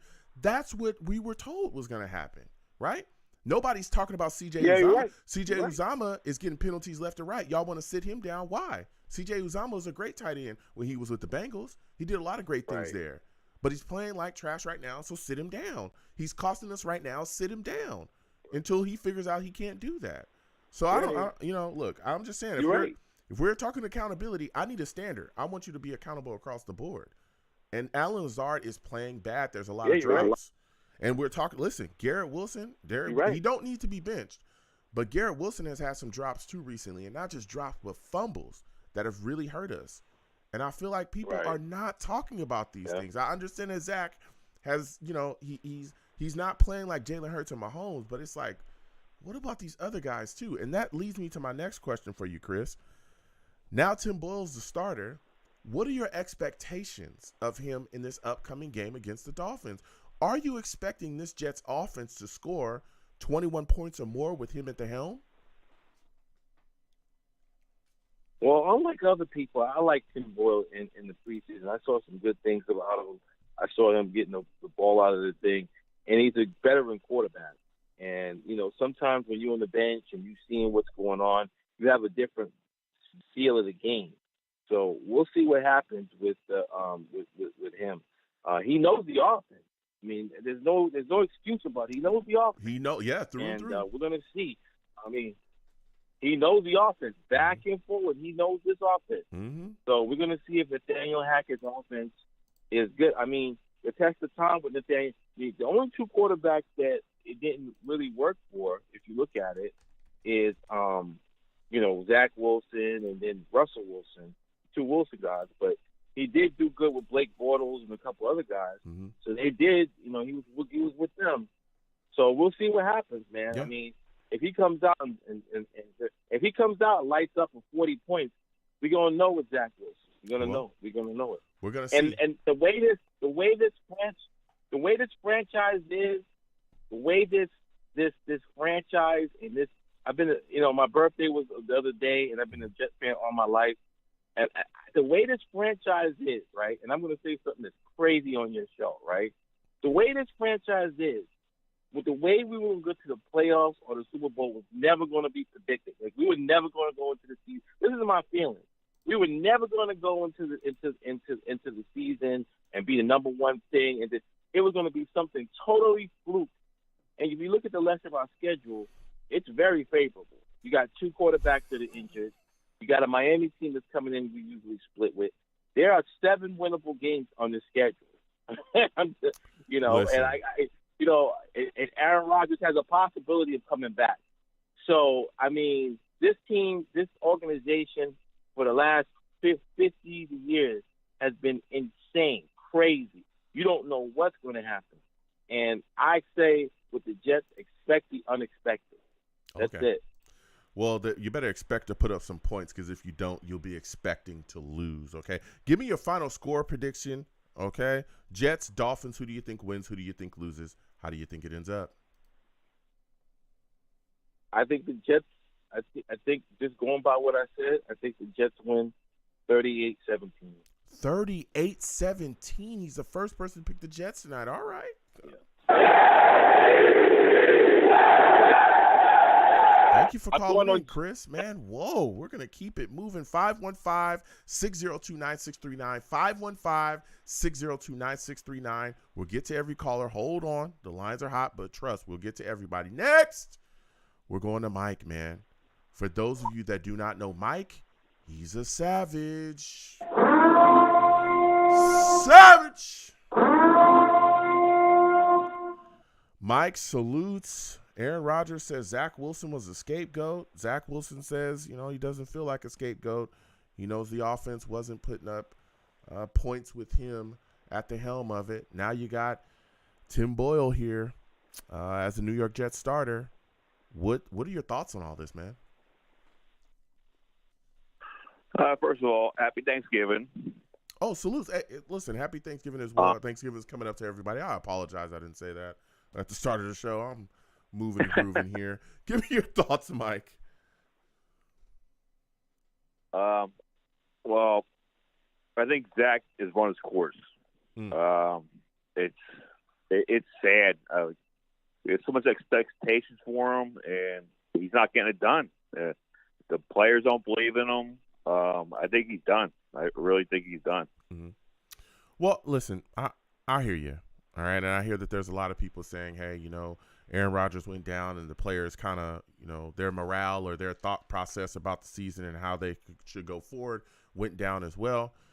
But I'm looking around and I'm saying, listen, if we're holding Zach accountable, why aren't other guys that are going out there, playing horribly, Why aren't they being held accountable? Why aren't we seeing absolutely. Alan Lazard being sat down? When I'm watching Lazard go out there and drop football after football after football, right? He's gotten penalties as well that has hurt us offensively. I'm watching guys that are just going out there doing whatever. Now, keep in mind, even when guys go down, okay? Even when guys go down, even when you lose guys during the season, you as a player still have to go out there and do your job. Can you imagine, and I want to put this out there, can you imagine if those players with the Eagles, the year they won that Super Bowl with Nick Foles, if they would have just shut it all down once they lost their starting quarterback? Can you imagine what that would have looked like? Yeah. Those guys kept pushing and kept fighting, right? When everybody thought it was over, said and done, and guess what happened? They kept pushing, they kept fighting, and they won a Super Bowl. That's why you're not supposed to shut it down. And if you are that guy that's shutting it down, Exactly. your behind should not be on this team. You should be gone. Because that means anytime you face adversity during the year, when things aren't going your way, or things aren't playing out how you think it should play out, or how you feel it should play out, that you'll just shut it down. So that's my thought process on guys that are just, like everybody's just saying, well, Zach's here, so they don't believe in it. You go out there and you still run your routes, though. When the ball's thrown to you, you catch it. That's your job. If you only decide that you're going to play when you feel like you want to play, then what is it? What are we going to do here? But give me your thoughts on that, Mike, and also give me your thoughts about what your expectations are with Tim Boyle at the helm of this offense. Okay. What really made me mad is when they had that 80-yard touchdown pass when Sauce tried to jump the route for the interception. Yeah. And got scored. And then Lazard hugged the guy in the end zone. He would have been on the bench. He would have been right on the bench, Mike. You got to be kidding me, man. Oh my goodness! You know, after that, I mean, what come I'm on, talking man. about. You're professional. Yeah. You know, you're professional. Mm-hmm. He drops balls. He's not blocking. Mm-hmm. You know, it's the lazy pass routes. Mm-hmm. He's got to be on bench. Like they were saying, they were going to make changes. They didn't make any changes. I wanted to see Izzy in the game. They put him in garbage time. Yes. Cook was responsible for Beckett get hurt because he missed a block on the linebacker, and he got rolled up on. Mm-hmm. And when was the last time? When was the only time that you ever saw Zach Wilson call out the Mike linebacker? Have you ever seen that before? He can't read a blitz. He can't do a line shift. Seeing the blitz. I think Boyle, he knows the offense. I think he'll do good. He'll get rid of the ball quick. You know, he'll have a week of practice. Do you think we'll score more than 21 points? They should know. It'll be close. I think they'll score around that. I think they will. Okay. Okay. You think who's going to score? Okay. I'm here. I'm listening. I want to see the New York Jets have success. Again, I'm not tied to Zach Wilson. If anybody, I'm tied to Aaron Rodgers. I love Aaron Rodgers. I was so hyped when we got him. Can't wait to see him when he comes back. I don't want to see him come back the 2nd of December, but I want to see him next year. No. But I am hyped to see Aaron Rodgers. Listen, before I let you go, Mike, give me your final score prediction. Jets, Dolphins, who do you think wins? Who do you think loses? How do you think it ends up? Ooh. I'm going to say 20-17 Jets. 20-17 Jets. All right, let's go. Again, I want to thank Mike for calling in. We're going to keep on going. All right, we're going to keep on going because these lines are hot. We're going to get to everybody. 515-602-9639 is the number. Call in. We're getting to all callers' trust. Salutes to the Savages. I'll give my prediction at the end of the show. Everybody knows that. I don't duck the prediction. Don't duck it, okay? You duck the prediction, and I'm going to call you out, all right? I'm going to call you out, baby. I'm going to call you out. I've called people out. Don't duck the game prediction. Don't do that. All right. Give me something. Okay. But we'll get to that at the end of the show for my personal prediction. All right. Salutes to all the Savages. We'll keep getting to everybody. All right. Be patient. 515-602-9639. Next, we're going to Perry. We're going to Ronald Perry. Phenom, you're next. And then Angelo as well. And North Carolina, I'll see you in the building. We'll be coming to you soon, too. But we got to get to Perry, all right? For those of you that do not know, Ronald, man, this guy is an absolute savage. Savage! Ronald, salutes. I want to thank you for calling in. Zach Wilson is the New York Jets' number 3 quarterback. Simeon will be number 2. Tim Boyle is the number 1. The Jets will now carry 3 quarterbacks on the roster going into the game against the Dolphins. What are your thoughts about that, man? I think that honestly, I don't even know what to say about Tim Boyle because I'm not gonna act like I know what time it is with Tim Boyle. I really don't. But you know what? Anybody's better than Zach to me right now. Okay. I'm thinking like, I mean, it's got to be something different. Even if it ain't better, there's something different. It might gel with the offense. And you know, that's crazy how everybody's saying like, well, you know, it's not only Zach's fault. It's not only Zach's fault. And you know what? The guys are absolutely right. It's not only Zach's fault, but you know, it reminds me of you ever seen that movie Titanic when the guy was sealing the ship, right? But when it hit that iceberg and that ship was going down, he held on. You know what I'm saying? He held on and he went down with the ship. It's like, listen, we're not going to say it's his fault. We can't say, oh, it's his fault. The ship is sinking. But you know what? He has a big part. He's a big part of the blame, and he's going to take it and go down with the ship. And that's kind of how I look at Zach. Just take it and go down because you're the reason. You're a major reason that the ship is sinking right now. I'm not going to say you're the reason. You're the complete reason. Of course not. We see that it's definitely not all Zach. But you know what? He's the one that he's the head of the hell. He's the one at the head. So he's the one that's going to take the punishment. Just like if they started winning, he's the one that's going to take. You know, he's the one we're going to give all the glory to. Like, yeah, it's Zach, whatever. Even though we know it's the defense or whatever, but we still would have to give props to Zach just because he's the quarterback. That's just the position that he's in. Yeah, I mean, I hear what you're saying. I mean, there definitely have been games this year where we absolutely credit the defense for everything that they did and the way they kept us in a position to win a game when we did win those games where they came out and played tough. And I understand that take, but my question then becomes, and I'm going to be asking this all night tonight because I'm going to keep turning up the heat on this guy like I've been for a couple weeks now. If we are benching Zach Wilson for his play, which, okay, you know, you want to say, hey, you know, we'll scapegoat him, fine. Why has Alan Lazard not been benched? We played this guy $44 million. I'm going to say it again. 2 foes. 44. Double foes. $44 million this past offseason to come on in here and be the guy, right? Because we said, hey, Corey Davis dropping a lot of footballs. We can't really depend on him. He ended up retiring, though, right? You're coming in here. You're going to be the guy that's going to be what Corey Davis should have gave us in this offense. And he's done nothing but drop balls and kind of loaf around. Why is he not being benched then, Ronald? That's a question that's definitely would have to be answered by the management. But, you know, I think it's just because it's Rodgers' boy. You know, that's Rodgers' homeboy. They're the ones that it's like they ride together. It's like they ride or die, you know. And obviously they're dying right now. And I really believe that. What else other reason could there be? Because he's obviously not playing good. He's not playing good right now. I don't know if I really don't know. Like maybe is it Zach?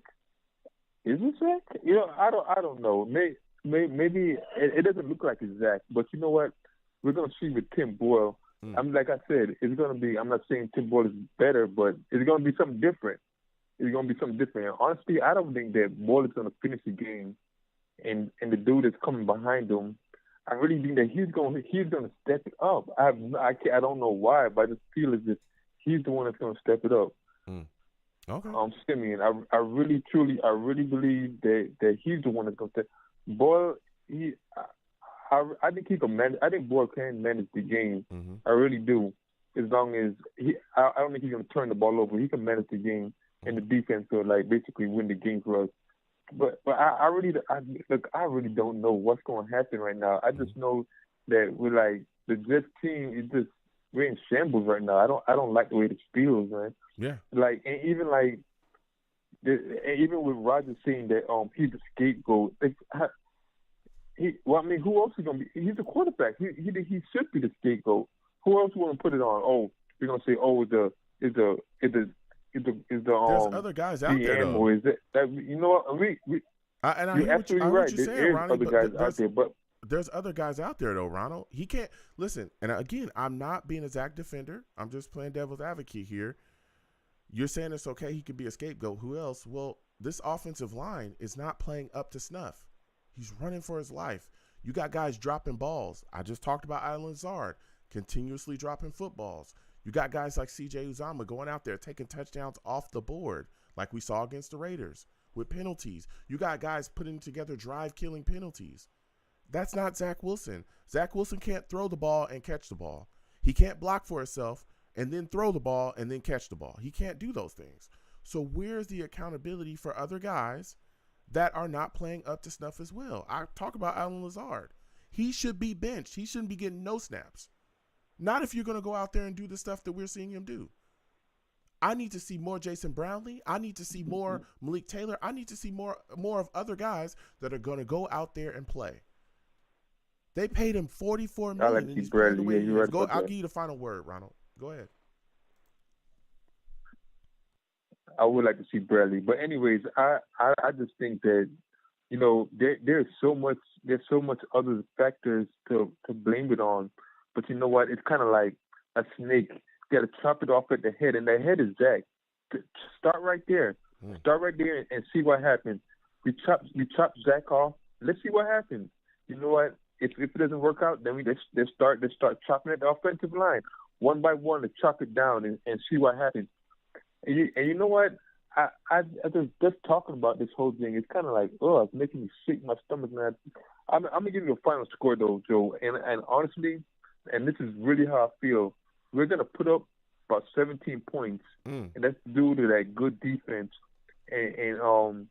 But the Miami Dolphins offense, I'm telling you, they're gonna be trouble, man. And they're gonna put up about 24 points.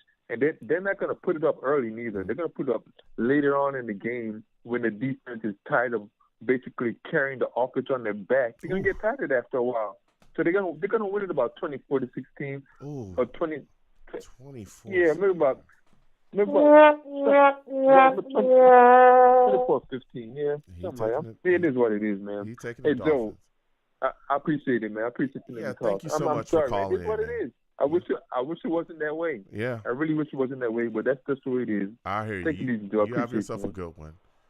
Ronald took the Dolphins too. We're going to keep moving. 515-602-9639. Next, we're going to Phenom. North Carolina, you'll be next. We're talking to Phenom. For those of you that do not know, Phenom is a savage.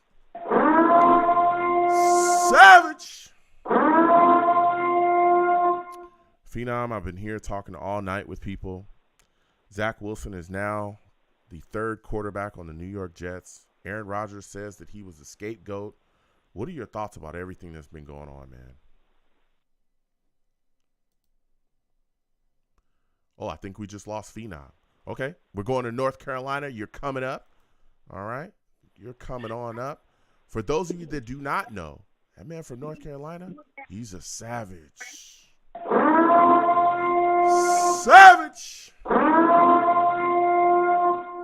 What's going on, my friend? It's always great to speak with you. Give me your thoughts about what was said by Aaron Rodgers. He said that Zach Wilson was a scapegoat. And Zach Wilson is now, of course, as we know, the New York Jets' third quarterback now. We're carrying Trevor Siemian as number 2, Tim Boyle as number 1. What are your thoughts about all this, man? Well, I think Aaron Rodgers is trying to protect Zach and be a good friend and be supportive of him, since their relationship kind of like a big brother, little brother kind of thing. Mm-hmm. But sadly and unfortunately, he won't be able to protect Zach.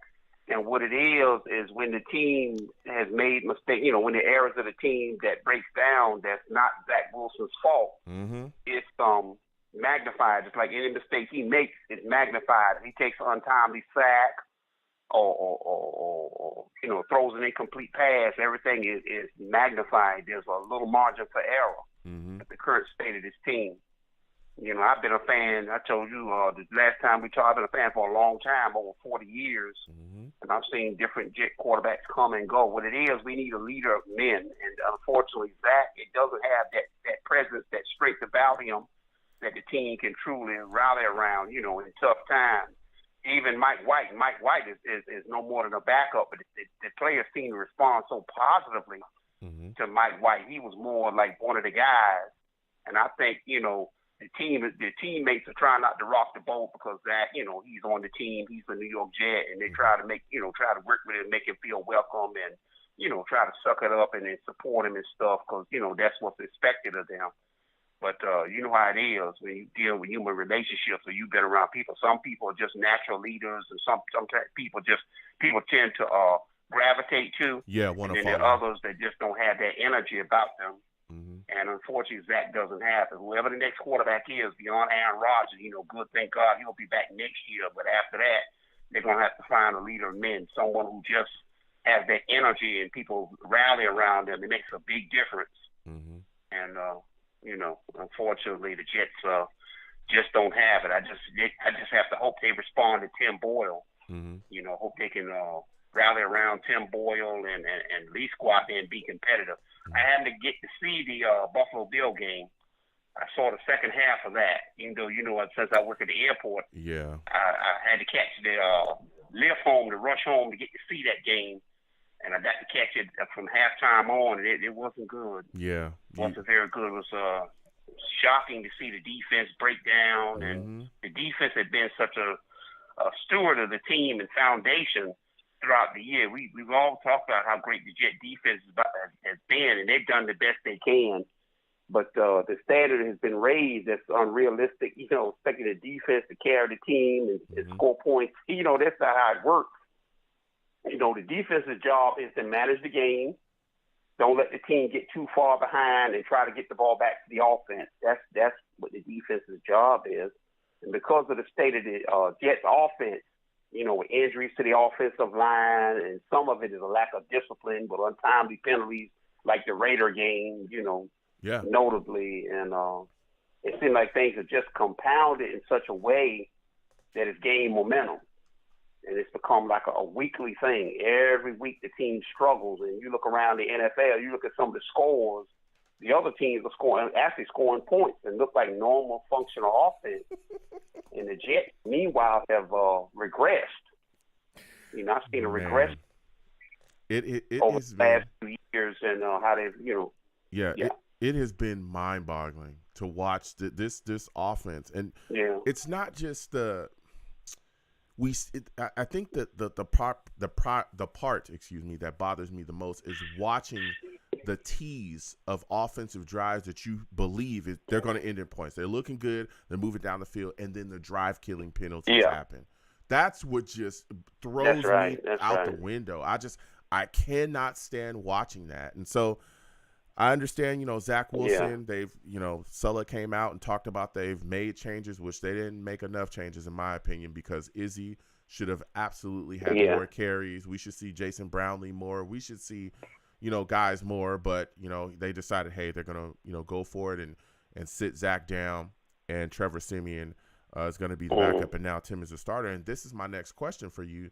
With Tim as the starter, what do you think this offense is going to look at, and do you think Nathaniel Hackett will open up the playbook more for Tim Boyle than he did for Zach Wilson? Yeah, it's possible because I think Tim Boyle is more experienced and been in the league longer than Zach, hasn't he? Yeah, he's been in the system longer than Zach. He's if you go back to the more Packers of a veteran, right? Yeah. Yeah. That's probably the case because he's more seasoned, a little more experienced, even though obviously he doesn't have the same ceiling or level of talent and physical ability. But I think that's not the most important thing. It's the physical too. I've been saying this lately, And people tend to forget because we get caught up in the ability to throw the ball and make these exciting scrambles. It's really played from the neck up. People tend to forget the quarterback position is neck up.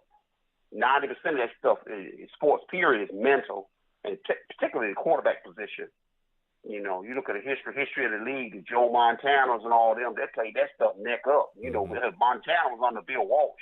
Yeah. They introduced that West Coast that so many of these teams are emulating and running their version of it. But that's where it all began with Joe, you know, being the right case study, someone who was able to pick it up and understand it. And I miss Mike White. I miss Mike White. I wish he was still our backup. Well, I don't think we could have beat Buffalo. Yeah. And I'm not sure we could have beat Miami, but we certainly could have beat the Raiders. I think that game was winnable, and there's some more games on the schedule remaining that I think if we had Mike White, we probably could have won those games, you know? Yeah. Well, we'll be seeing him Friday. He'll be on that Miami bench. We can say hello to him. Mike White. Now, miss Mike White though. Yeah. Now, before I let you go, Aaron Rodgers talked about coming back December 2nd. What are your thoughts surrounding his return, or possible return? Is that something that you want to see? Do you think it's too soon? And after that, give me your final score prediction. I think looking at the state of this team with the state of the offensive line, I say absolutely not. They have work to do.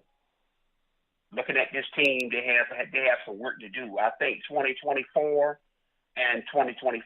2024, they're not going to be looking at a quarterback because Aaron is coming back in what will be his final season. And they have some work to do. They need some offensive line, a couple of offensive linemen, a couple more offensive weapons to give the offense a boost. So I don't think he should. I think he should go on and tend to his Achilles tendon, which was a very serious injury. I think, thank God for sports medicine now, it's advanced so much that there's even a prospect of Aaron Rodgers being able to come back with such a, what back in the day was a devastating, would have been considered devastating and career-ending, you know, Achilles injury. You know, that and the ACL, those type of injuries used to be career-ending where players couldn't you know, never be the same. And because of medical technology, we actually talk about the possible return of Aaron Rodgers. I say no. Looking at the current state of this team, their offensive line is not very good. I love Joe Tippmann and some of the things Joe Douglas had tried to do, but because of injuries and shuffling the offensive line around practically every week, they've had to shuffle it around because people keep getting hurt. I say Aaron Rodgers should just sit down. I know he means well, and I know, you know, that's what's expected of him because he's a pro. That he's going to try to work his way back. If I was him, I said no. Okay. Just sit down, and nobody would have any ill will or bad feelings about Aaron Rodgers just to change his mind, just decide to just, you know, sit out the rest of the year because we want him at full strength next year. Yeah. No complications, none of that. Because next year we know it's a make or break year for Saleh and Joe Douglas, and I'm really nervous about that. Yes. I don't want to see us make any changes. And I don't want to see this team torn down. I don't want to talk about that too early, but you always come on here and find a way to start to get me to spill my takes early. I'll tell you what, next year is going to be a very big year for Robert Saleh and this staff. If they come out there with Aaron Rodgers and stink it up and don't make the playoffs, brother. Oh, boy. Give me your final score prediction. Jets, I thought about that today. I hate to think.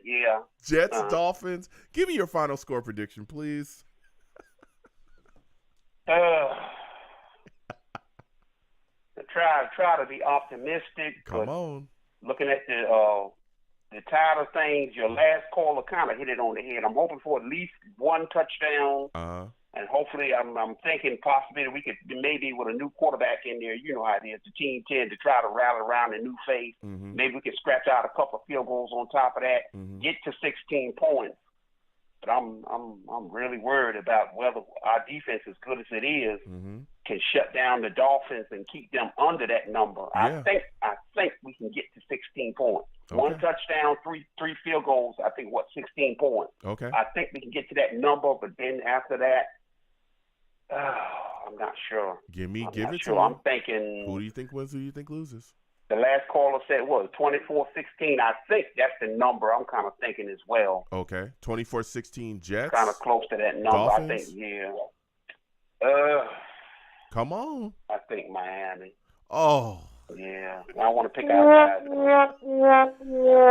I gotta slide off because I got other callers. Yeah. Next time I have a show, I want to hear from you. All right. Yeah. Thank you. Yeah, thanks. We're gonna keep getting to these lines. 515-602-9639. I think we've got Phenom back into the building. Phenom, we're coming directly to you to close out the show here. For those of you that do not know, all right, Phenom, he is a savage. All right. Savage. Phenom, we lost you earlier. We're getting tight on time within the show, but give me your thoughts, okay? Aaron Rodgers says Zach Wilson is the scapegoat for the New York Jets offensive issues. What are your thoughts on that, and what are your thoughts on Tim Boyle being the Jets starter now? First, gobble, gobble. Happy Thanksgiving to everybody and their families. What a great caller the last guy was. Oh, he was on point. Look, Jets have been. It's a hard season. Mm-hmm. Jets have had some opportunities to do some good things, and we've seen football is the ultimate team game. Come on, Phenom. Come no on. one man wins it. No one man loses it. No one man loses it. So, what am I? Give me it again. Give me my question again. Give me my question again. Get it together, Phenom. Ask me the question again. New York Jets. Okay, we're here. Together. We're watching the Jets. Aaron Rodgers says that Zach Wilson was a scapegoat. What are your thoughts on that? Do you think he was a scapegoat, Phenom? Yes. No. Look, we know the head coach gets the big praise. We know the quarterback gets the big praise. When you win, when you lose, you're gonna get the hammer. So it's just the way it is. Okay. So did Zach Wilson help himself? No. Did Zach Wilson help himself? Absolutely not. I mean, but you compared it to a Philadelphia team, the Super Bowl team with Philadelphia. Mm-hmm. Only difference is they have Pro Bowl center. Mm-hmm. Kelsey and Lane Johnson, and they have some real fine offensive weapons. Mm-hmm. We have some fine offensive weapons, but we don't have the protection on the offensive line. Mm-hmm. Once, after the first four snaps, the plan went out the window. Because who was expecting that to start this year? Well, you would no have one. to. You We would didn't have to. expect to see that.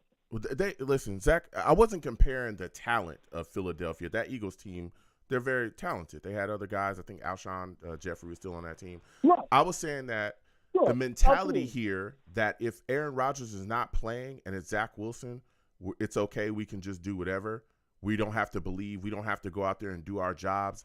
That is absolutely trash. Okay. That should be thrown away. Because if those guys in Philadelphia did that, they wouldn't have won the Super Bowl.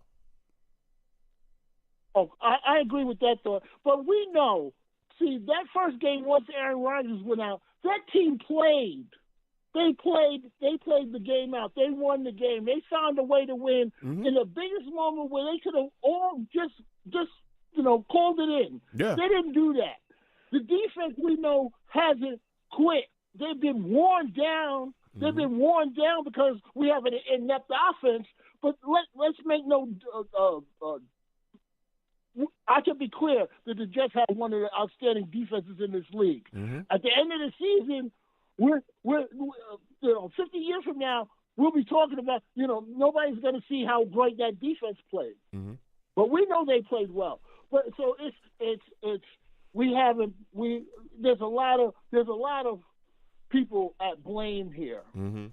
But like I said, not too many teams could have survived losing your starting quarterback and on and on and on. Yeah. From that point. So, and so let's keep it real. Mm-hmm. This year had a lot of promise, but 4 snaps. Let's go back. 4 snaps into the season, we couldn't protect Aaron Rodgers. So now all bets are off. Yeah. All the chemistry with the Green Bay guys, that's gone. All that's out the window. Only thing we can stand on is our defense, and we stood on them as long as we could. Yeah. They held up their point of the season. Mm-hmm. But now they're worn down. Yeah. Listen, Phenom. Listen, Phenom. I'm not going to escape. I'm sorry. We're getting tight on time. They're going to kick me off in just a second. Give me your final score prediction. Jets, Dolphins. Who do you think wins? Who do you think loses? How do you think it ends up? Unfortunately, Tim Boyle plays poised. He puts up a couple scores, but the Dolphins have the better offense. They probably win 28-14. Ooh, 28-14. I want to thank Phenom for calling in and giving us some takes. Whew, this is a show. Listen, I got to get out of here quickly before Blog Talk hates on your boy. You know how it goes. Man, this is going to be a tough one. I think Tim Boyle is going to come out and try to do what he can. I think a lot of this same offensive issues that we've seen will probably continue, especially along the offensive line if Mekhi Becton doesn't play. Even if he does, the ankle should be okay. So I think he's going to continue to do his job and hold up the way he's been holding up. But I think the rest of the offensive line is going to have issues. This Dolphins pass rush is serious business, from Chubb to all that stuff. And again, you got Ramsey back there with Howard. This Dolphins secondary is serious business too. Like, bro, they get it rolling. So I'm a little bit worried about our defense getting worn down because I think we're going to stall a lot offensively. And let me tell you something. This Dolphins offense is not a joke either. I think they're the number one offense in the league right now. I hate the Dolphins. I want to put that on record yet again. I can't stand that team. I don't like the fans. I don't like the stadium. I don't like the people that maintain the stadium. I don't like the people that built the stadium. I don't like the field. I don't like the seats. I don't like the people that the ushers, the people that bring popcorn. If you serve drinks at the Dolphins Stadium, I don't like you either. I don't like anything about the Dolphins whatsoever. I don't like the owner, the coach, anybody that knows them. I don't like anything that has to do with the Dolphins. They're the team I cannot stand the most in the NFL. But I think that they beat the New York Jets. I'm taking the Dolphins to beat the Jets 20-7. 20-7, I'm taking the Dolphins, man. Ooh. Hate the Dolphins. I got to slide out of here because we're tight on time and I got to get going, so I got to shut down the show. Listen, I'm the man of the people. I'm here for the people. Let me shamelessly promote my Facebook page. Everyone go on Facebook, search The Long Beach Joe Show. Like that page. My content's up there. Go ahead and give it a listen. Also, message me. I'll message you right back. I love going back and forth with you folks about this football team. Also, leave you some feedback. I love hearing about what you folks think I do here on The Long Beach Joe Show. I am on Twitter as well. Going over to Twitter, type in @The Long Beach Joe, @The Long Beach Joe on Twitter. Go ahead and follow me. I'll follow you right back. And I'm the troll that lives under the bridge, and I will have my jersey on at all times. Vera Tucker, baby. And when he comes back next season, he's going to be phenomenal, okay? Just be patient. I'm also on YouTube as well. Go on over to YouTube, type in Long Beach Joe Jets, Long Beach Joe Jets on YouTube. Subscribe to the channel. Also, when you subscribe, please hit that notification bell so when I post content, you folks will be in the know. Please give the video a thumbs up as well. If you don't troll me, go ahead. There's a comment section there. You can troll me, and I will go back and forth with you. And as always, people, when you see me in person, there's arms out, chest open, free hugs for everyone. Free hugs for everyone. The hugs will always remain free, no matter what anybody tells you. Thank you for interacting with me any way that you can, all right? Whether you're in the chat, whether you call in, or anything that you do, I want to thank you folks, all right? So until the next show, you folks have a good one. Peace. 1 second, folks.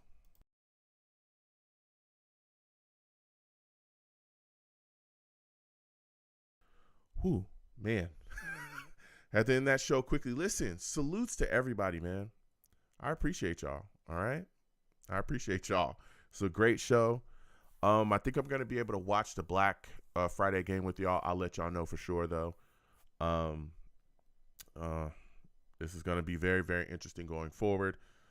The show is hot, man. There's been a lot of things moving and shaking with the Jets, and I appreciate y'all coming on in and talking with your boy about this football team. That's what I love to do, and I really enjoy it. For those of you that are new, please subscribe if you haven't already. Exclamation point links in the chat, okay? Exclamation point links. That brings up my link tree. My link tree has links to all of my social media platforms, all right? Excuse me. Has the links to all of my social media platforms. please go down there and follow me across all my social media platforms and talk to me because I talk back. Also, please subscribe to all my YouTube channels. We got reactions coming on the way. They'll be uploaded soon. So please get involved with my YouTube channels on there as well. Subscribe to all of those. I do have a reaction channel. We laugh at people all day. All right.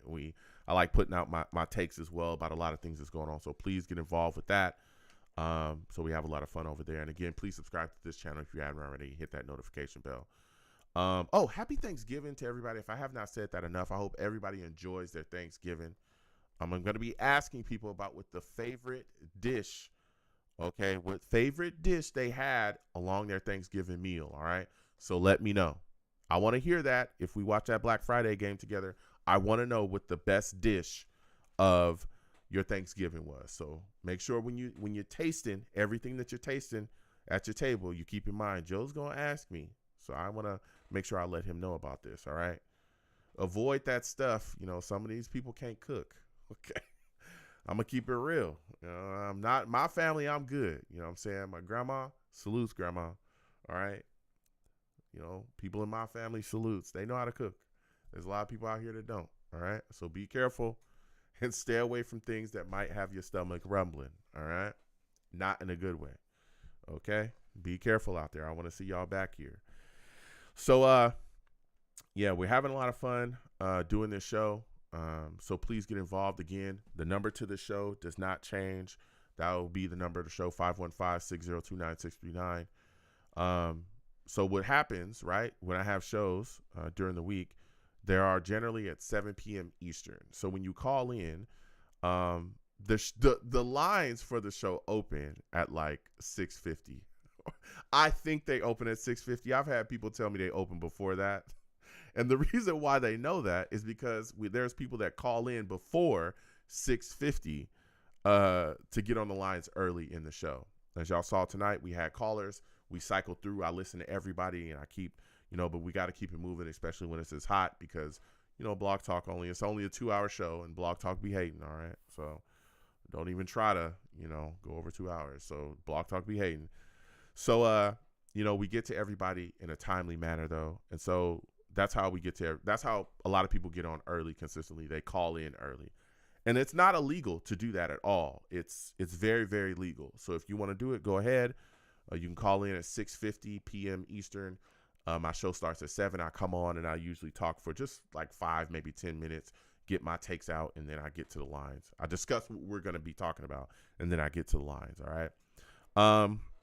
The only thing I do not allow on my show is cursing. Do not call into my show cursing, or I'll get you out of here. This is a family show, okay? I've had a lot of discussions with people back and forth about that. There's a lot of Jets fans with, Joe, I need to curse. Bro, listen, this is YouTube. All right, don't do that on my platform, or I'll have to move on from you. All right, it's a family show. Kids listen to me. Old people listen to me. You can't have that. All right, we just can't. Trust. I know it's frustrating sometimes, especially with the way that this team, things go. But no, all right, don't do that. So that's the only rule on my show is no cursing. Also, don't go crazy like trying to talk over me or calling, yelling wild. Like if my audience can't understand the dialogue or, can't hear you, they can't hear the dialogue. They can't hear, the discussion back and forth. Then I'm going to have to move on then too. Because if they can't hear your takes and I can't hear your takes, what can we do? Right. So yeah, that's pretty much the only rules on the show. And we have a lot of fun. You can come in, spit your takes. If I challenge your takes, let me know what's your thoughts, because I want to hear your thought process on whatever it is that you're saying. That's why I challenge people's takes. I want to hear it. All right, I want to hear from y'all. So we have a lot of fun. We do that. Also, keep in mind when you call in, I can physically see you. You don't have to call in and hang up, call in and hang up, call in and hang up. I can physically see you. There's a queue system. I can see you. Okay, so I just work down my queue system and I get to everybody. All right. Keep in mind, there's no preferential treatment on this show. Okay. There's no preferential treatment. Okay. I go down my queue system. I've had discussions with other people as well. Joe, I'm a Jets fan. I've been a Jets fan for 10 years. Do not have that young kid on the show before me when I call in. I need to be first. And I'll be like, listen, that's not how it works here. That's not how it works, player. we get to everybody and we have a lot of fun, but, I respect everybody's time and I appreciate everybody that calls in and talks to me about this football team. All right. So that's that on that. Also, please make sure you have a good phone line and that everything is good on your end. Hopefully you have a good connection. And also make sure it's void of background noise. There's people that call me. They be on their jackhammer at the construction job. They want to talk to me. Listen, put the jackhammer down, go down the street, and come talk to your boy, all right? I need to make sure that your call is clear of crazy noise, all right? Because if I can't hear you, my audience can't hear you, what can we do? All right, what can we do? So, yeah, man, we have a lot of fun. Again, please come join me. Subscribe if you haven't already. Hit that notification bell. Really have a blast doing this show, man. Really have a blast. This is really fun. I laugh a lot because there's a lot of funny things going on with the Jets right now. Some not so funny, but there is a lot of funny, sadly. So, we have a lot of fun over here, and please get involved. Also, I game from time to time. I'll try to get back to that. This is rough. My schedule's crazy. So when I can, we'll get back to gaming NBA 2K, Madden, all that other stuff. And we have a lot of fun doing that, too. So if you ever catch your boy gaming, hopefully sometime soon, please come on in and say what's up and, shoot the breeze with us. We be just in here, talk about life, all kinds of stuff, all right? So, listen, folks, I want to thank everybody for coming on in. Jay Johnson, salutes to you. Bree, salutes. All right, Rusty, I see you in the building. Salutes. Always good to see you in here. Hawkeye, salutes and respect to you as well. Everybody that comes on by, man, and say what's up. Hyro, salutes to you as well, man. Melvin, I see you in the building. Salutes. NY Sports, salutes to you as well, man. Venom, salutes. Everybody just comes on through and says what's up to your boy, man. Again, please hit the like button as well. Outlaw, I see you in the building. Salutes. Randilla, salutes. Kevin Ramos, salutes. Kevin, man, that double Achilles tear comment, that almost put me on the floor, man. I was laughing. I had to recover, man. All right.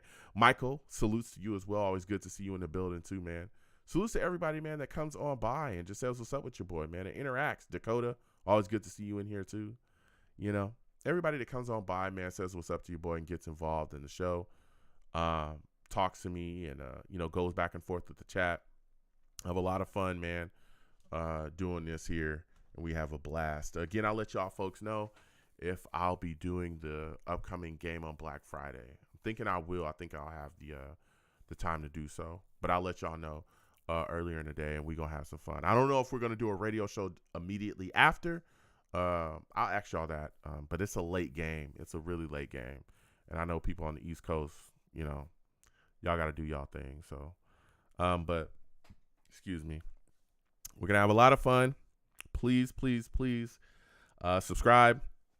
Hit that notification bell so when I post content, y'all be in the know. And listen, be safe, all right?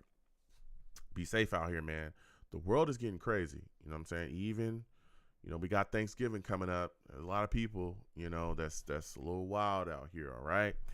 Listen, sit down with your friends and your family. Enjoy some good food. Watch some good TV. Make some good moments, all right? Make sure you make the moments with people that you love the most and let them know that you love them, all right? That's extremely important in my life. I hope it's important to you in yours because you never know. You never know. So until the next one, folks, I'll let y'all know about if I'm going to do the Black Friday game reaction. I'll let y'all know about that. But until the next show, you folks have a good one. Peace.